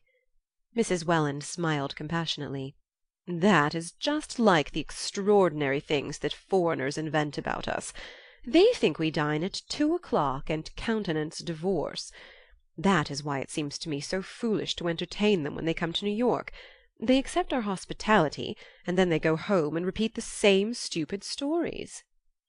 Archer made no comment on this, and Mrs. Welland continued: "But we do most thoroughly appreciate your persuading Ellen to give up the idea. Her grandmother and her Uncle Lovell could do nothing with her. Both of them have written that her changing her mind was entirely due to your influence. In fact, she said so to her grandmother. She has an unbounded admiration for you. Poor Ellen! She was always a wayward child. I wonder what her fate will be." "What we've all contrived to make it," he felt like answering. "If you'd all of you rather she should be Beaufort's mistress than some decent fellow's wife, you've certainly gone the right way about it." He wondered what Mrs. Welland would have said if he had uttered the words instead of merely thinking them.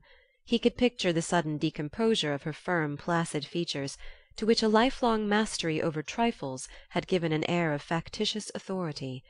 Traces still lingered on them of a fresh beauty like her daughter's, and he asked himself if May's face was doomed to thicken into the same middle-aged image of invincible innocence.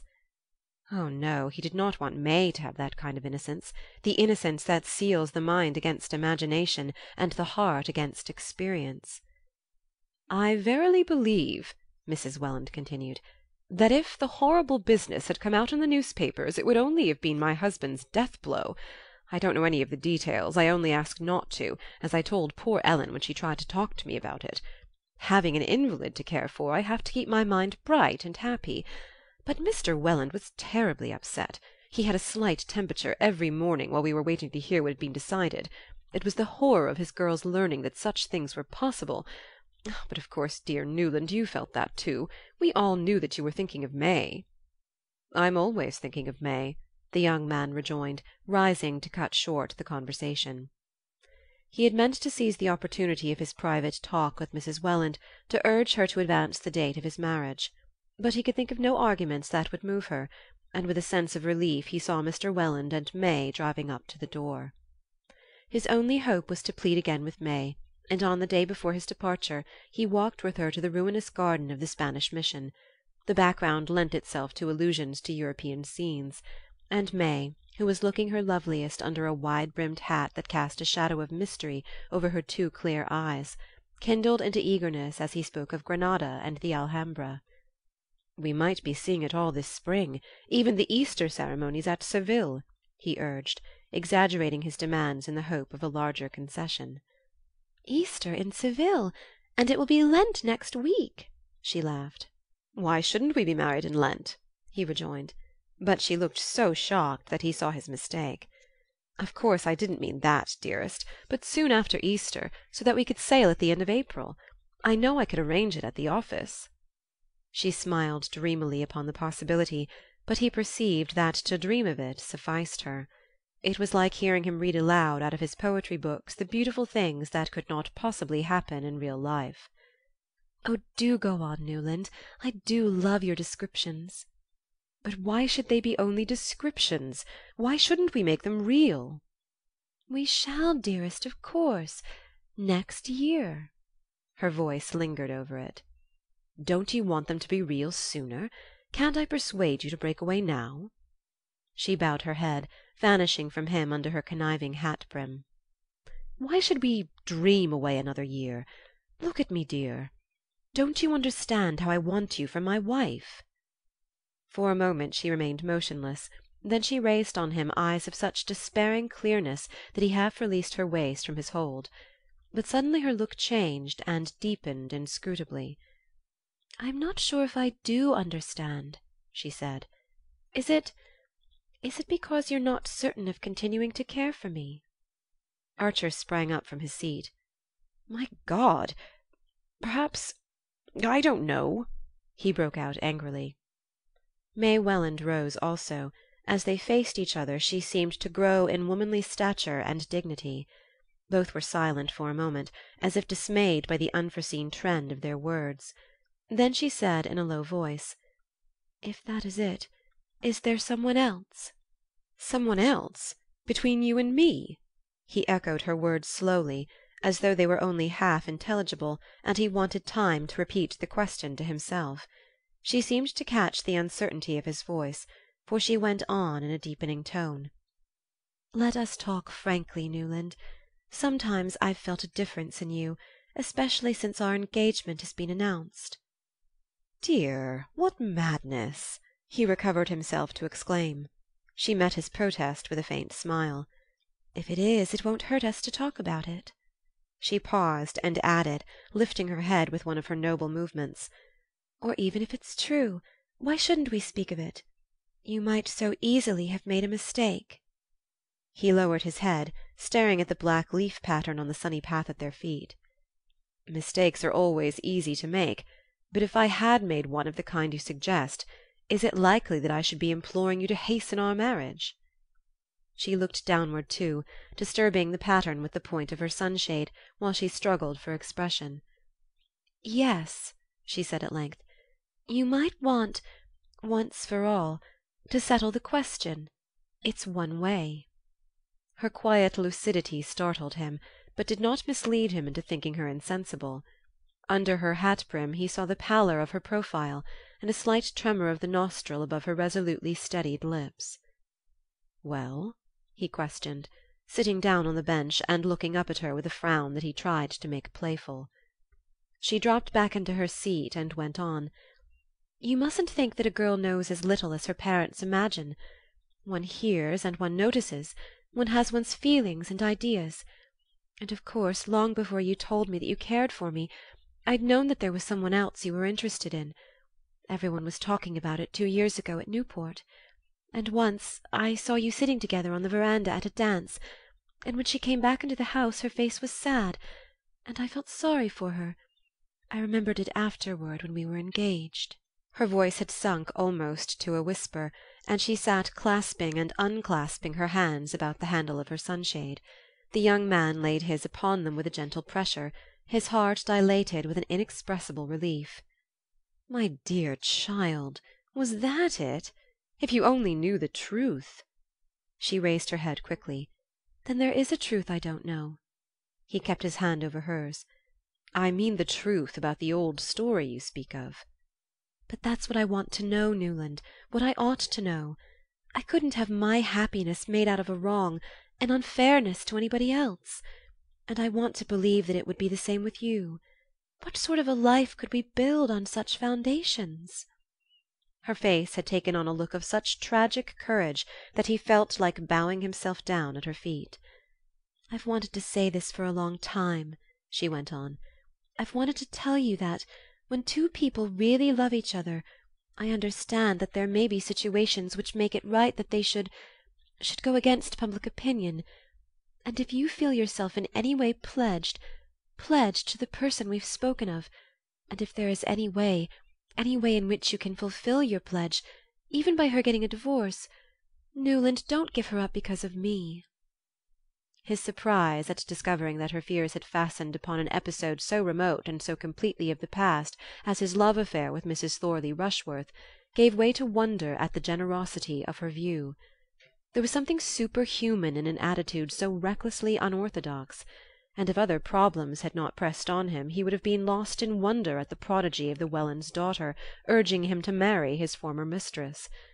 But he was still dizzy with the glimpse of the precipice they had skirted, and full of a new awe at the mystery of young girlhood. For a moment he could not speak. Then he said, "There is no pledge, no obligation whatever of the kind you think. Such cases don't always present themselves quite as simply as... But that's no matter. I love your generosity because I feel as you do about those things. I feel that each case must be judged individually, on its own merits, irrespective of stupid conventionalities. I mean each woman's right to her liberty." He pulled himself up, startled by the turn his thoughts had taken, and went on, looking at her with a smile. "Since you understand so many things, dearest, can't you go a little farther and understand the uselessness of our submitting to another form of the same foolish conventionalities? If there's nothing and no one between us, isn't that an argument for marrying quickly rather than for more delay?" She flushed with joy and lifted her face to his. As he bent to it he saw that her eyes were full of happy tears. But in another moment she seemed to have descended from her womanly eminence to helpless and timorous girlhood, and he understood that her courage and initiative were all for others, and that she had none for herself. It was evident that the effort of speaking had been much greater than her studied composure betrayed, and that at his first word of reassurance she had dropped back into the usual as a too adventurous child takes refuge in its mother's arms. Archer had no heart to go on pleading with her. He was too much disappointed at the vanishing of the new being who had cast that one deep look at him from her transparent eyes. May seemed to be aware of his disappointment, but without knowing how to alleviate it, and they stood up and walked silently home. End of chapter 16. Book 1, Chapter 17. "Your cousin the Countess called on mother while you were away," Janey Archer announced to her brother on the evening of his return. The young man, who was dining alone with his mother and sister, glanced up in surprise and saw Mrs. Archer's gaze demurely bent on her plate. Mrs. Archer did not regard her seclusion from the world as a reason for being forgotten by it, and Newland guessed that she was slightly annoyed that he should be surprised by Madame Olenska's visit. "She had on a black velvet polonaise with jet buttons and a tiny green monkey muff. I never saw her so stylishly dressed," Janey continued. "She came alone, early on Sunday afternoon. Luckily the fire was lit in the drawing-room. She had one of those new card-cases. She said she wanted to know us because you'd been so good to her." Newland laughed. "Madame Olenska always takes that tone about her friends. She's very happy at being among her own people again." "Yes, so she told us," said Mrs. Archer. "I must say she seems thankful to be here." "I hope you liked her, mother." Mrs. Archer drew her lips together. "She certainly lays herself out to please, even when she is calling on an old lady." "Mother doesn't think her simple," Janey interjected, her eyes screwed upon her brother's face. "It's just my old-fashioned feeling. Dear May is my ideal," said Mrs. Archer. "Ah," said her son, "they're not alike." Archer had left St. Augustine charged with many messages for old Mrs. Mingott, and a day or two after his return to town he called on her. The old lady received him with unusual warmth. She was grateful to him for persuading the Countess Olenska to give up the idea of a divorce, and when he told her that he had deserted the office, without leave, and rushed down to St. Augustine simply because he wanted to see May, she gave an adipose chuckle and patted his knee with her puff-ball hand. "Ah, so you kicked over the traces, did you? And I suppose Augusta and Welland pulled long faces and behaved as if the end of the world had come. But little May, she knew better, I'll be bound." "I hoped she did, but after all she wouldn't agree to what I'd gone down to ask for." "Wouldn't she, indeed? And what was that?" "I wanted to get her to promise that we should be married in April. What's the use of our wasting another year?" Mrs. Manson Mingott screwed up her little mouth into a grimace of mimic prudery and twinkled at him through malicious lids. "Ask mamma, I suppose. The usual story. Ah, these Mingotts, all alike. Born in a rut, and you can't root 'em out of it. When I built this house you'd have thought I was moving to California. Nobody ever had built above 40th Street. No, says I, nor above the Battery either, before Christopher Columbus discovered America. No, not one of them wants to be different. They're as scared of it as the smallpox. Ah, my dear Mr. Archer, I thank my stars I'm nothing but a vulgar spicer. But there's not one of my own children that takes after me but my little Ellen." She broke off, still twinkling at him, and asked, with the casual irrelevance of old age, "Now why in the world didn't you marry my little Ellen?" Archer laughed. "For one thing, she wasn't there to be married." "No, to be sure. More's the pity. And now it's too late. Her life is finished." She spoke with the cold-blooded complacency of the aged throwing earth into the grave of young hopes. The young man's heart grew chill, and he said hurriedly, Can't I persuade you to use your influence with the Wellands, Mrs. Mingott? I wasn't made for long engagements." Old Catherine beamed on him approvingly. "No, I can see that. You've got a quick eye. When you were a little boy I've no doubt you liked to be helped first." She threw back her head with a laugh that made her chins ripple like little waves. "Ah, here's my Ellen now!" she exclaimed, as the portieres parted behind her. Madame Olenska came forward with a smile. Her face looked vivid and happy, and she held out her hand gaily to Archer while she stooped to her grandmother's kiss. "I was just saying to him, my dear, now why didn't you marry my little Ellen?" Madame Olenska looked at Archer, still smiling. "And what did he answer?" "Oh, my darling, I leave you to find that out. He's been down to Florida to see his sweetheart." "Yes, I know." She still looked at him. "I went to see your mother to ask where you'd gone. I sent a note that you never answered, and I was afraid you were ill." He muttered something about leaving unexpectedly, in a great hurry, and having intended to write to her from St. Augustine. "And of course once you were there you never thought of me again." She continued to beam on him with a gaiety that might have been a studied assumption of indifference. "If she still needs me she's determined not to let me see it," he thought, stung by her manner. He wanted to thank her for having been to see his mother, but under the ancestress's malicious eye he felt himself tongue-tied and constrained. "Look at him! In such hot haste to get married that he took French leave and rushed down to implore the silly girl on his knees. That's something like a lover.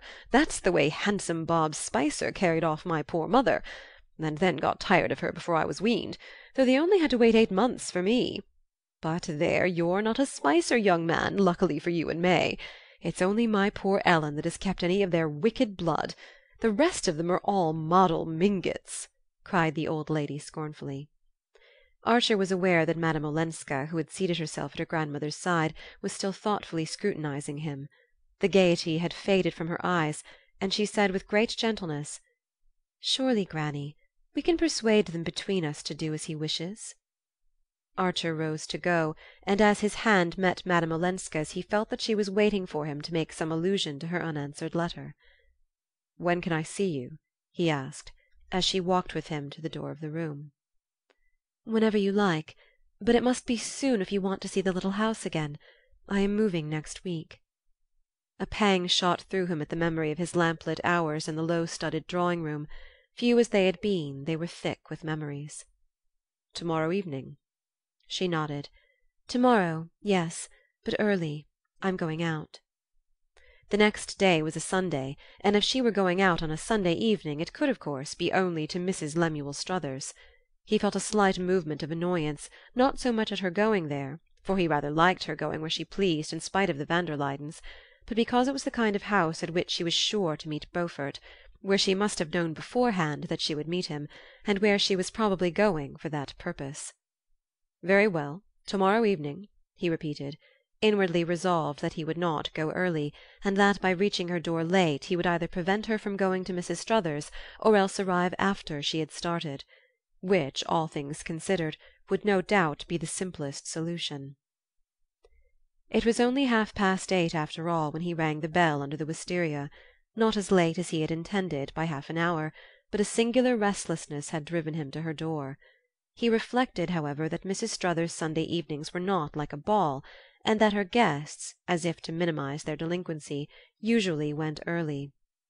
The one thing he had not counted on, in entering Madame Olenska's hall, was to find hats and overcoats there. Why had she bidden him to come early if she was having people to dine? On a closer inspection of the garments beside which Nastasia was laying his own, his resentment gave way to curiosity. The overcoats were, in fact, the very strangest he had ever seen under a polite roof, and it took but a glance to assure himself that neither of them belonged to Julius Beaufort. One was a shaggy yellow ulster of reach-me-down cut, the other a very old and rusty cloak with a cape, something like what the French call a Macfarlane. This garment, which appeared to be made for a person of prodigious size, had evidently seen long and hard wear, and its greenish-black folds gave out a moist, sawdusty smell, suggestive of prolonged sessions against bar-room walls. On it lay a ragged grey scarf and an odd felt hat of semi-clerical shape.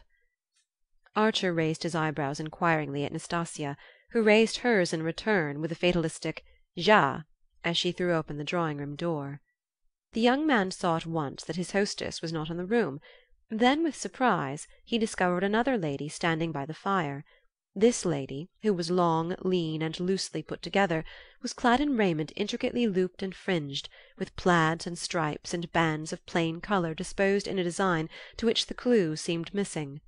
Her hair, which had tried to turn white and only succeeded in fading, was surmounted by a Spanish comb and black lace scarf, and silk mittens, visibly darned, covered her rheumatic hands. Beside her, in a cloud of cigar smoke, stood the owners of the two overcoats, both in morning clothes that they had evidently not taken off since morning. In one of the two, Archer, to his surprise, recognized Ned Winsett. The other, and older, who was unknown to him, and whose gigantic frame declared him to be the wearer of the Macfarlane, had a feebly leonine head with crumpled grey hair, and moved his arms with large pawing gestures, as though he were distributing lay blessings to a kneeling multitude. These three persons stood together on the hearth-rug, their eyes fixed on an extraordinarily large bouquet of crimson roses, with a knot of purple pansies at their base, that lay on the sofa where Madame Olenska usually sat. "What they must have cost at this season! Though of course it's the sentiment one cares about," the lady was saying in a sighing staccato as Archer came in. The three turned with surprise at his appearance, and the lady, advancing, held out her hand. "Dear Mr. Archer, almost my cousin Newland," she said. "I am the Marchioness Manson." Archer bowed, and she continued. "My Ellen has taken me in for a few days. I came from Cuba, where I have been spending the winter with my Spanish friends, such delightful distinguished people, the highest nobility of old Castile. How I wish you could know them! But I was called away by our dear great friend here, Dr. Carver. You don't know Dr. Agathon Carver, founder of the Valley of Love community?" Dr. Carver inclined his leonine head, and the Marchioness continued. "Ah, New York, New York! How little the life of the spirit has reached it! But I see you do know Mr. Winsett." "Oh, yes, I reached him some time ago, but not by that route," Winsett said with his dry smile. The Marchioness shook her head reprovingly. "How do you know Mr. Winsett? The spirit bloweth where it listeth." "List! Oh, list!" interjected Dr. Carver in a stentorian murmur. "But do sit down, Mr. Archer. We four have been having a delightful little dinner together, and my child has gone up to dress. She expects you. She will be down in a moment. We were just admiring these marvellous flowers, which will surprise her when she reappears." Winsett remained on his feet. "I'm afraid I must be off. Please tell Madame Olenska that we shall all feel lost when she abandons our street. This house has been an oasis." "Ah, but she won't abandon you. Poetry and art are the breath of life to her. It is poetry you write, Mr. Winsett?" "Well, no, but I sometimes read it," said Winsett, including the group in a general nod and slipping out of the room. "A caustic spirit, un peu sauvage, but so witty. Dr. Carver, you do think him witty?" "I never think of wit," said Dr. Carver severely. "Ah, you never think of wit! How merciless he is to us weak mortals, Mr. Archer! But he lives only in the life of the spirit, and tonight he is mentally preparing the lecture he is to deliver presently at Mrs. Blenker's. Dr. Carver, would there be time before you start for the Blenkers to explain to Mr. Archer your illuminating discovery of the direct contact? But no, I see it is nearly 9 o'clock, and we have no right to detain you while so many are waiting for your message." Dr. Carver looked slightly disappointed at this conclusion, but having compared his ponderous gold timepiece with Madame Olenska's little travelling clock, he reluctantly gathered up his mighty limbs for departure. "I shall see you later, dear friend," he suggested to the Marchioness, who replied with a smile.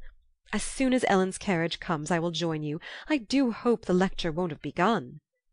Dr. Carver looked thoughtfully at Archer. "Perhaps, if this young gentleman is interested in my experiences, Mrs. Blenker might allow you to bring him with you." "Oh, dear friend, if it were possible, I am sure she would be too happy. But I fear my Ellen counts on Mr. Archer herself." "That," said Dr. Carver, "is unfortunate. But here is my card." He handed it to Archer, who read on it, in Gothic characters, "Agathon Carver, The Valley of Love, Kittaskawtanmi, New York."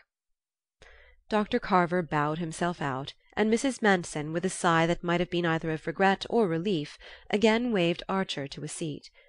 "Ellen will be down in a moment, and before she comes I am so glad of this quiet moment with you." Archer murmured his pleasure at their meeting, and the Marchioness continued in her low sighing accents: "I know everything, dear Mr. Archer. My child has told me all you have done for her. Your wise advice, your courageous firmness. Thank heaven it was not too late." The young man listened with considerable embarrassment. Was there any one, he wondered, to whom Madame Olenska had not proclaimed his intervention in her private affairs? "Madame Olenska exaggerates. I simply gave her a legal opinion, as she asked me to." "Ah, but in doing it, you were the unconscious instrument of what word have we moderns for Providence, Mr. Archer?" cried the lady, tilting her head on one side and drooping her lids mysteriously. "Little did you know that at that very moment I was being appealed to, being approached, in fact, from the other side of the Atlantic." She glanced over her shoulder, as though fearful of being overheard, and then, drawing her chair nearer and raising a tiny ivory fan to her lips, breathed behind it: "By the Count himself, my poor mad foolish Olenski, who asks only to take her back on her own terms." "Good God!" Archer exclaimed, springing up. "You are horrified? Yes, of course, I understand. I don't defend poor Stanislas, though he has always called me his best friend. He does not defend himself. He casts himself at her feet, in my person." She tapped her emaciated bosom. "I have his letter here." "A letter? Has Madame Olenska seen it?" Archer stammered, his brain whirling with the shock of the announcement. The Marchioness Manson shook her head softly. "Time, time. I must have time. I know my Ellen, haughty, intractable, shall I say just a shade unforgiving?" "But good heavens, to forgive is one thing, to go back into that hell—" "Oh, yes," the Marchioness acquiesced. "So she describes it, my sensitive child. But on the material side, Mr. Archer, if one may stoop to consider such things, do you know what she is giving up? Those roses there on the sofa, acres like them, under glass and in the open, in his matchless terraced gardens at Nice. Jewels, historic pearls, the Sobieski emeralds, sables. But she cares nothing for all these. Art and beauty, those she cares for, she lives for, as I always have, and those also surrounded her. Pictures, priceless furniture, music, brilliant conversation. Ah, that, my dear young man, if you'll excuse me, is what you've no conception of here. And she had it all, and the homage of the greatest. She tells me she is not thought handsome in New York. Good heavens! Her portrait has been painted 9 times. The greatest artists in Europe have begged for the privilege. Are these things nothing? And the remorse of an adoring husband?" As the Marchioness Manson rose to her climax, her face assumed an expression of ecstatic retrospection which would have moved Archer's mirth had he not been numb with amazement.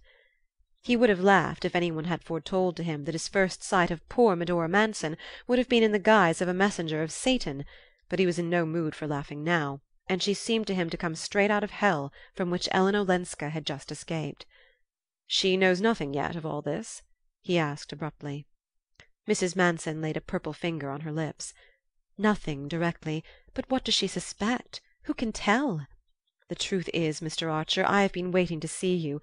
From the moment I heard of the firm stand you had taken, and of your influence over her, I had hoped it might be possible to count on your support, to convince you—" "That she ought to go back? I would rather see her dead!" cried the young man violently. "Ah," the Marchioness murmured, without visible resentment. For a while she sat in her armchair, opening and shutting the absurd ivory fan between her mittened fingers, but suddenly she lifted her head and listened. "Here she comes," she said in a rapid whisper, and then, pointing to the bouquet on the sofa, "Am I to understand that you prefer that, Mr. Archer? After all, marriage is marriage, and my niece is still a wife." End of chapter 17. Book 1, Chapter 18. "What are you two plotting together, Aunt Medora?" Madame Olenska cried as she came into the room. She was dressed as if for a ball. Everything about her shimmered and glimmered softly, as if her dress had been woven out of candle beams, and she carried her head high, like a pretty woman challenging a roomful of rivals. "We were saying, my dear, that here was something beautiful to surprise you with," Mrs. Manson rejoined, rising to her feet and pointing archly to the flowers. Madame Olenska stopped short and looked at the bouquet. Her color did not change, but a sort of white radiance of anger ran over her like summer lightning. "Ah," she exclaimed, in a shrill voice that the young man had never heard, "who was ridiculous enough to send me a bouquet? Why a bouquet? And why tonight of all nights? I am not going to a ball. I am not a girl engaged to be married. But some people are always ridiculous." She turned back to the door, opened it, and called out, "Nastasia!" The ubiquitous handmaid promptly appeared, and Archer heard Madame Olenska say, in an Italian that she seemed to pronounce with intentional deliberateness in order that he might follow it, "Here, throw this into the dust-bin." And then, as Nastasia stared protestingly, "But no, it's not the fault of the poor flowers. Tell the boy to carry them to the house 3 doors away, the house of Mr. Winsett, the dark gentleman who dined here. His wife is ill. They may give her pleasure. The boy is out, you say? Then, my dear one, run yourself. Here, put my cloak over you and fly. I want the thing out of the house immediately. And as you live, don't say they come from me." She flung her velvet opera cloak over the maid's shoulders, and turned back into the drawing-room, shutting the door sharply. Her bosom was rising high under its lace, and for a moment Archer thought she was about to cry, but she burst into a laugh instead, and looking from the Marchioness to Archer, said abruptly, "And you two, have you made friends?" "It's for Mr. Archer to say, darling. He has waited patiently while you were dressing." "Yes, I gave you time enough. My hair wouldn't go," Madame Olenska said, raising her hand to the heaped-up curls of her chignon. "But that reminds me, I see Dr. Carver is gone, and you'll be late at the Blenkers'. Mr. Archer, will you put my aunt in the carriage?" She followed the Marchioness into the hall, saw her fitted into a miscellaneous heap of overshoes, shawls, and tippets, and called from the doorstep, "Mind, the carriage is to be back for me at 10." Then she returned to the drawing-room, where Archer, on re-entering it, found her standing by the mantelpiece, examining herself in the mirror. It was not usual in New York society for a lady to address her parlour-maid as "my dear one," and send her out on an errand wrapped in her own opera-cloak, and Archer, through all his deeper feelings, tasted the pleasurable excitement of being in a world where action followed on emotion with such Olympian speed. Madame Olenska did not move when he came up behind her, and for a second their eyes met in the mirror. Then she turned, threw herself into her sofa-corner, and sighed out, "There's time for a cigarette." He handed her the box and lit a spill for her, and as the flame flashed up into her face she glanced at him with laughing eyes and said, "What do you think of me in a temper?" Archer paused a moment, then he answered with sudden resolution, "It makes me understand what your aunt has been saying about you." "I knew she'd been talking about me. Well?" "She said you were used to all kinds of things, splendours and amusements and excitements, that we could never hope to give you here." Madame Olenska smiled faintly into the circle of smoke about her lips. "Medora is incorrigibly romantic. It has made up to her for so many things." Archer hesitated again, and again took his risk. "Is your aunt's romanticism always consistent with accuracy?" "You mean, does she speak the truth?" Her niece considered. "Well, I'll tell you, in almost everything she says there's something true and something untrue. But why do you ask? What has she been telling you?" He looked away into the fire, and then back at her shining presence. His heart tightened with the thought that this was their last evening by that fireside, and that in a moment the carriage would come to take her away. She pretends that Count Olenski has asked her to persuade you to go back to him." Madame Olenska made no answer. She sat motionless, holding her cigarette in her half-lifted hand. The expression of her face had not changed, and Archer remembered that he had before noticed her apparent incapacity for surprise. "You knew, then?" he broke out. She was silent for so long that the ash dropped from her cigarette. She brushed it to the floor. "She has hinted about a letter. Poor darling, Medora's hints." "Is it at your husband's request that she has arrived here suddenly?" Madame Olenska seemed to consider this question also. "There again one can't tell. She told me she had had a spiritual summons, whatever that is, from Dr. Carver. I'm afraid she's going to marry Dr. Carver. Poor Medora, there's always someone she wants to marry. But perhaps the people in Cuba just got tired of her. I think she was with them as a sort of paid companion. Really, I don't know why she came." "But you do believe she has a letter from your husband?" Again Madame Olenska brooded silently. Then she said, "After all, it was to be expected." The young man rose and went to lean against the fireplace. A sudden restlessness possessed him, and he was tongue-tied by the sense that their minutes were numbered, and that at any moment he might hear the wheels of the returning carriage. "You know that your aunt believes you will go back?" Madame Olenska raised her head quickly. A deep blush rose to her face and spread over her neck and shoulders. She blushed seldom and painfully, as if it hurt her like a burn. "Many cruel things have been believed of me," she said. "Oh, Ellen, forgive me. I'm a fool and a brute." She smiled a little. "You are horribly nervous. You have your own troubles. I know you think the Wellands are unreasonable about your marriage, and of course I agree with you. In Europe people don't understand our long American engagements. I suppose they are not as calm as we are." She pronounced the "we" with a faint emphasis that gave it an ironic sound. Archer felt the irony, but did not dare to take it up. After all, she had perhaps purposely deflected the conversation from her own affairs, and after the pain his last words had evidently caused her, he felt that all he could do was to follow her lead. But the sense of the waning hour made him desperate. He could not bear the thought that a barrier of words should drop between them again. "Yes," he said abruptly. "I went south to ask May to marry me after Easter. There's no reason why we shouldn't be married then." "And May adores you. And yet you couldn't convince her. I thought her too intelligent to be the slave of such absurd superstitions." "She is too intelligent. She's not their slave." Madame Olenska looked at him. "Well, then, I don't understand." Archer reddened and hurried on with a rush. "We had a frank talk, almost the first. She thinks my impatience a bad sign." "Merciful heavens, a bad sign?" "She thinks it means that I can't trust myself to go on caring for her. She thinks, in short, I want to marry her at once to get away from someone that I care for more." Madame Olenska examined this curiously. "But if she thinks that, why isn't she in a hurry too?" "Because she's not like that. She's so much nobler. She insists all the more on the long engagement to give me time." "Time to give her up for the other woman?" "If I want to." Madame Olenska leaned toward the fire and gazed into it with fixed eyes. Down the quiet street Archer heard the approaching trot of her horses. "That is noble," she said with a slight break in her voice. "Yes, but it's ridiculous." "Ridiculous? Because you don't care for anyone else?" "Because I don't mean to marry anyone else." "Ah." There was another long interval. At length she looked up at him and asked, "This other woman, does she love you?" "Oh, there's no other woman. I mean the person that May was thinking of was never." "Then why, after all, are you in such haste?" "There's your carriage," said Archer. She half rose and looked about her with absent eyes. Her fan and gloves lay on the sofa beside her, and she picked them up mechanically.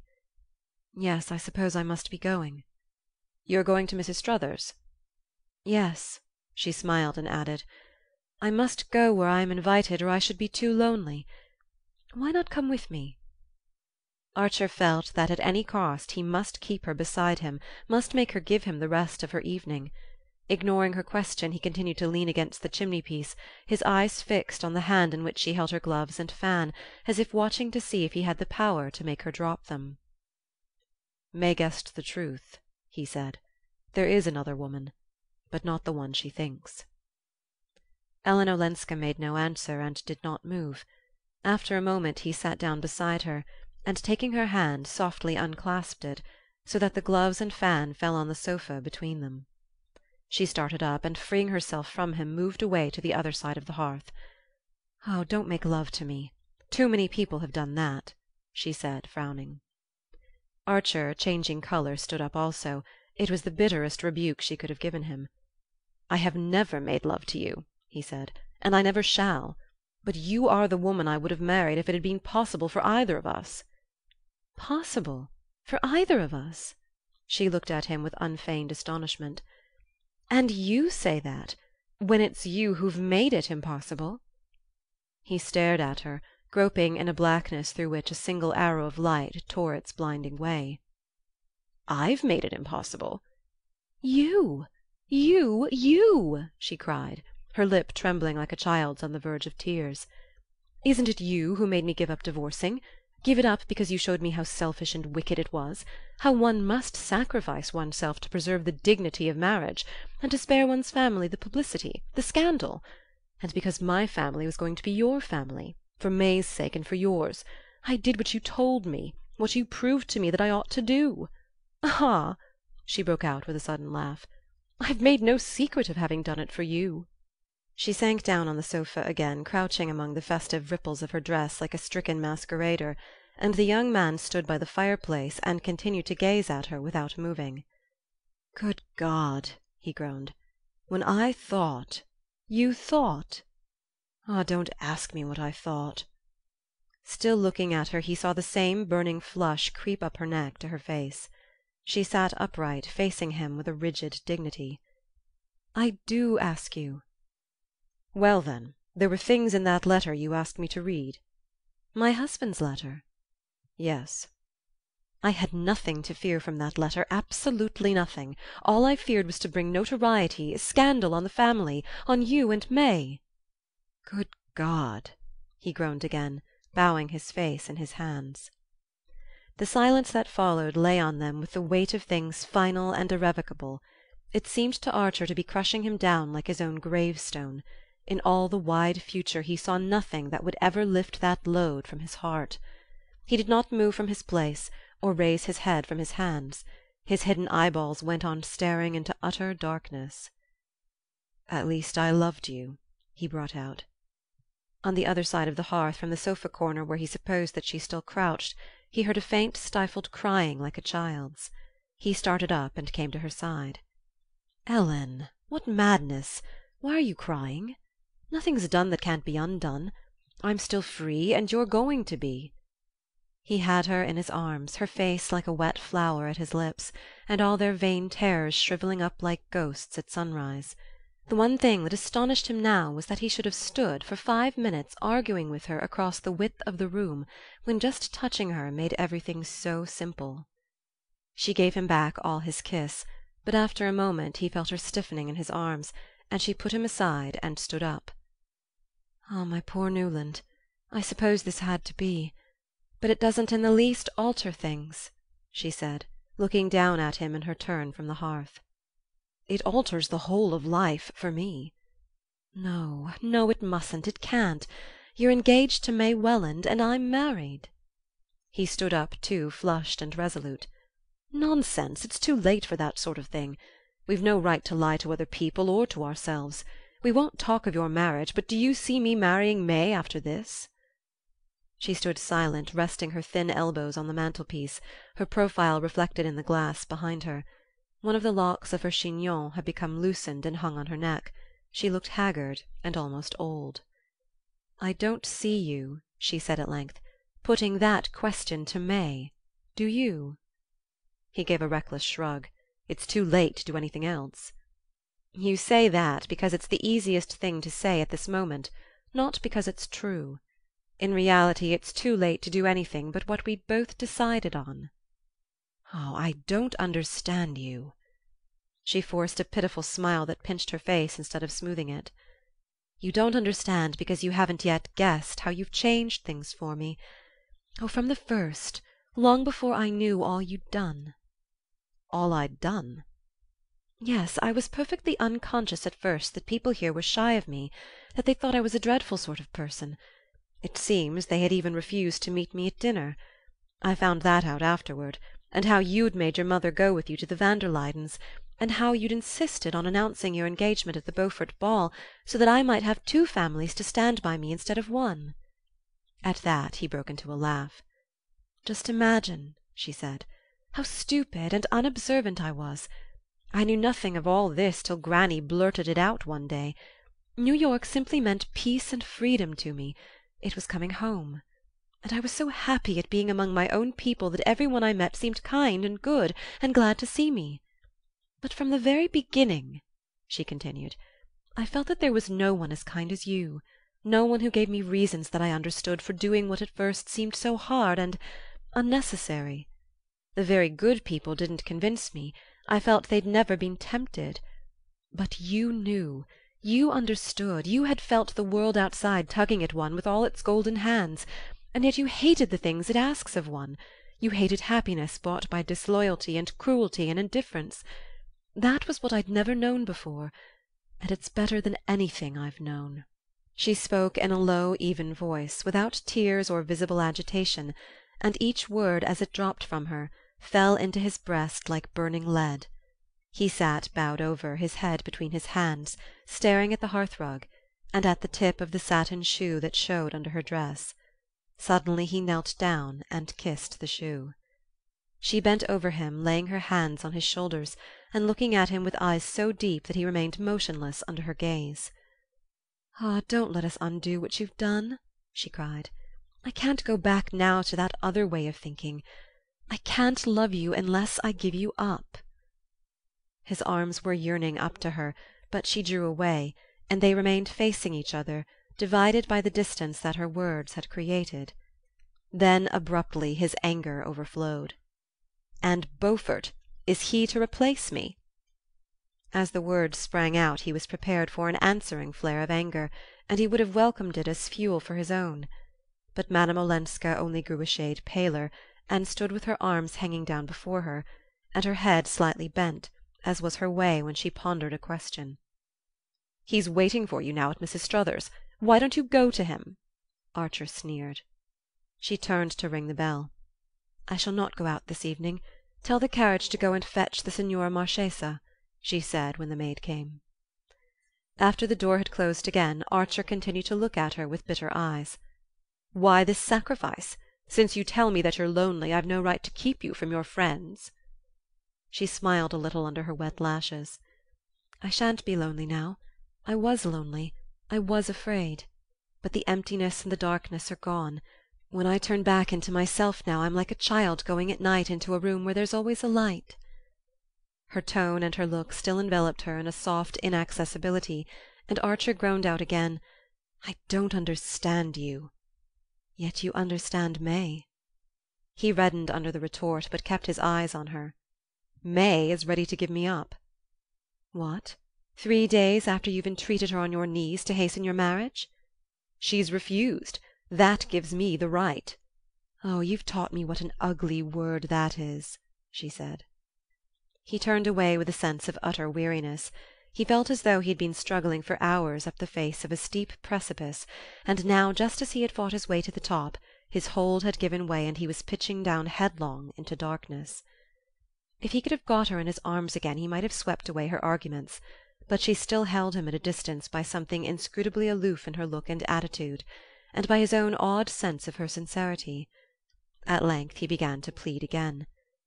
"If we do this now it will be worse afterward, worse for every one." "No, no, no!" she almost screamed, as if he frightened her. At that moment the bell sent a long tinkle through the house. They had heard no carriage stopping at the door, and they stood motionless, looking at each other with startled eyes. Outside, Nastasia's step crossed the hall, the outer door opened, and a moment later she came in carrying a telegram which she handed to the Countess Olenska. "The lady was very happy at the flowers," Nastasia said, smoothing her apron. "She thought it was her signor marito who had sent them, and she cried a little, and said it was a folly." Her mistress smiled and took the yellow envelope.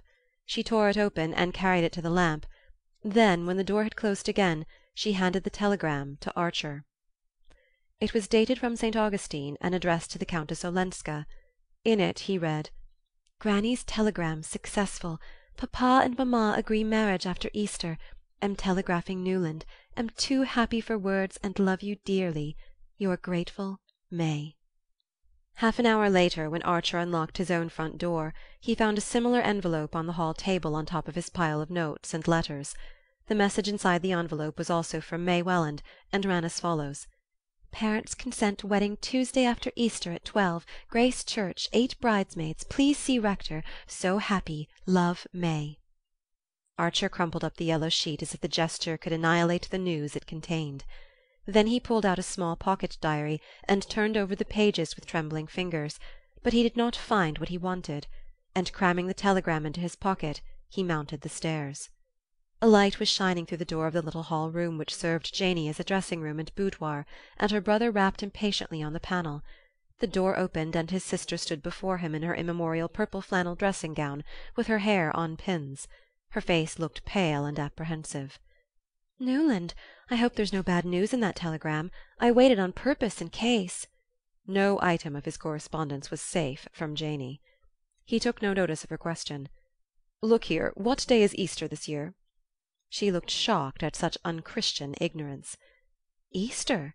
Newland! Why, of course, the first week in April. Why?" "The first week?" He turned again to the pages of his diary, calculating rapidly under his breath.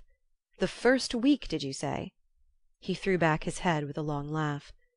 "For mercy's sake, what's the matter?" "Nothing's the matter, except that I'm going to be married in a month." Janey fell upon his neck and pressed him to her purple flannel breast. "Oh, Newland, how wonderful! I'm so glad. But, dearest, why do you keep on laughing? Do hush, or you'll wake mamma." End of Chapter 18. End of Book 1.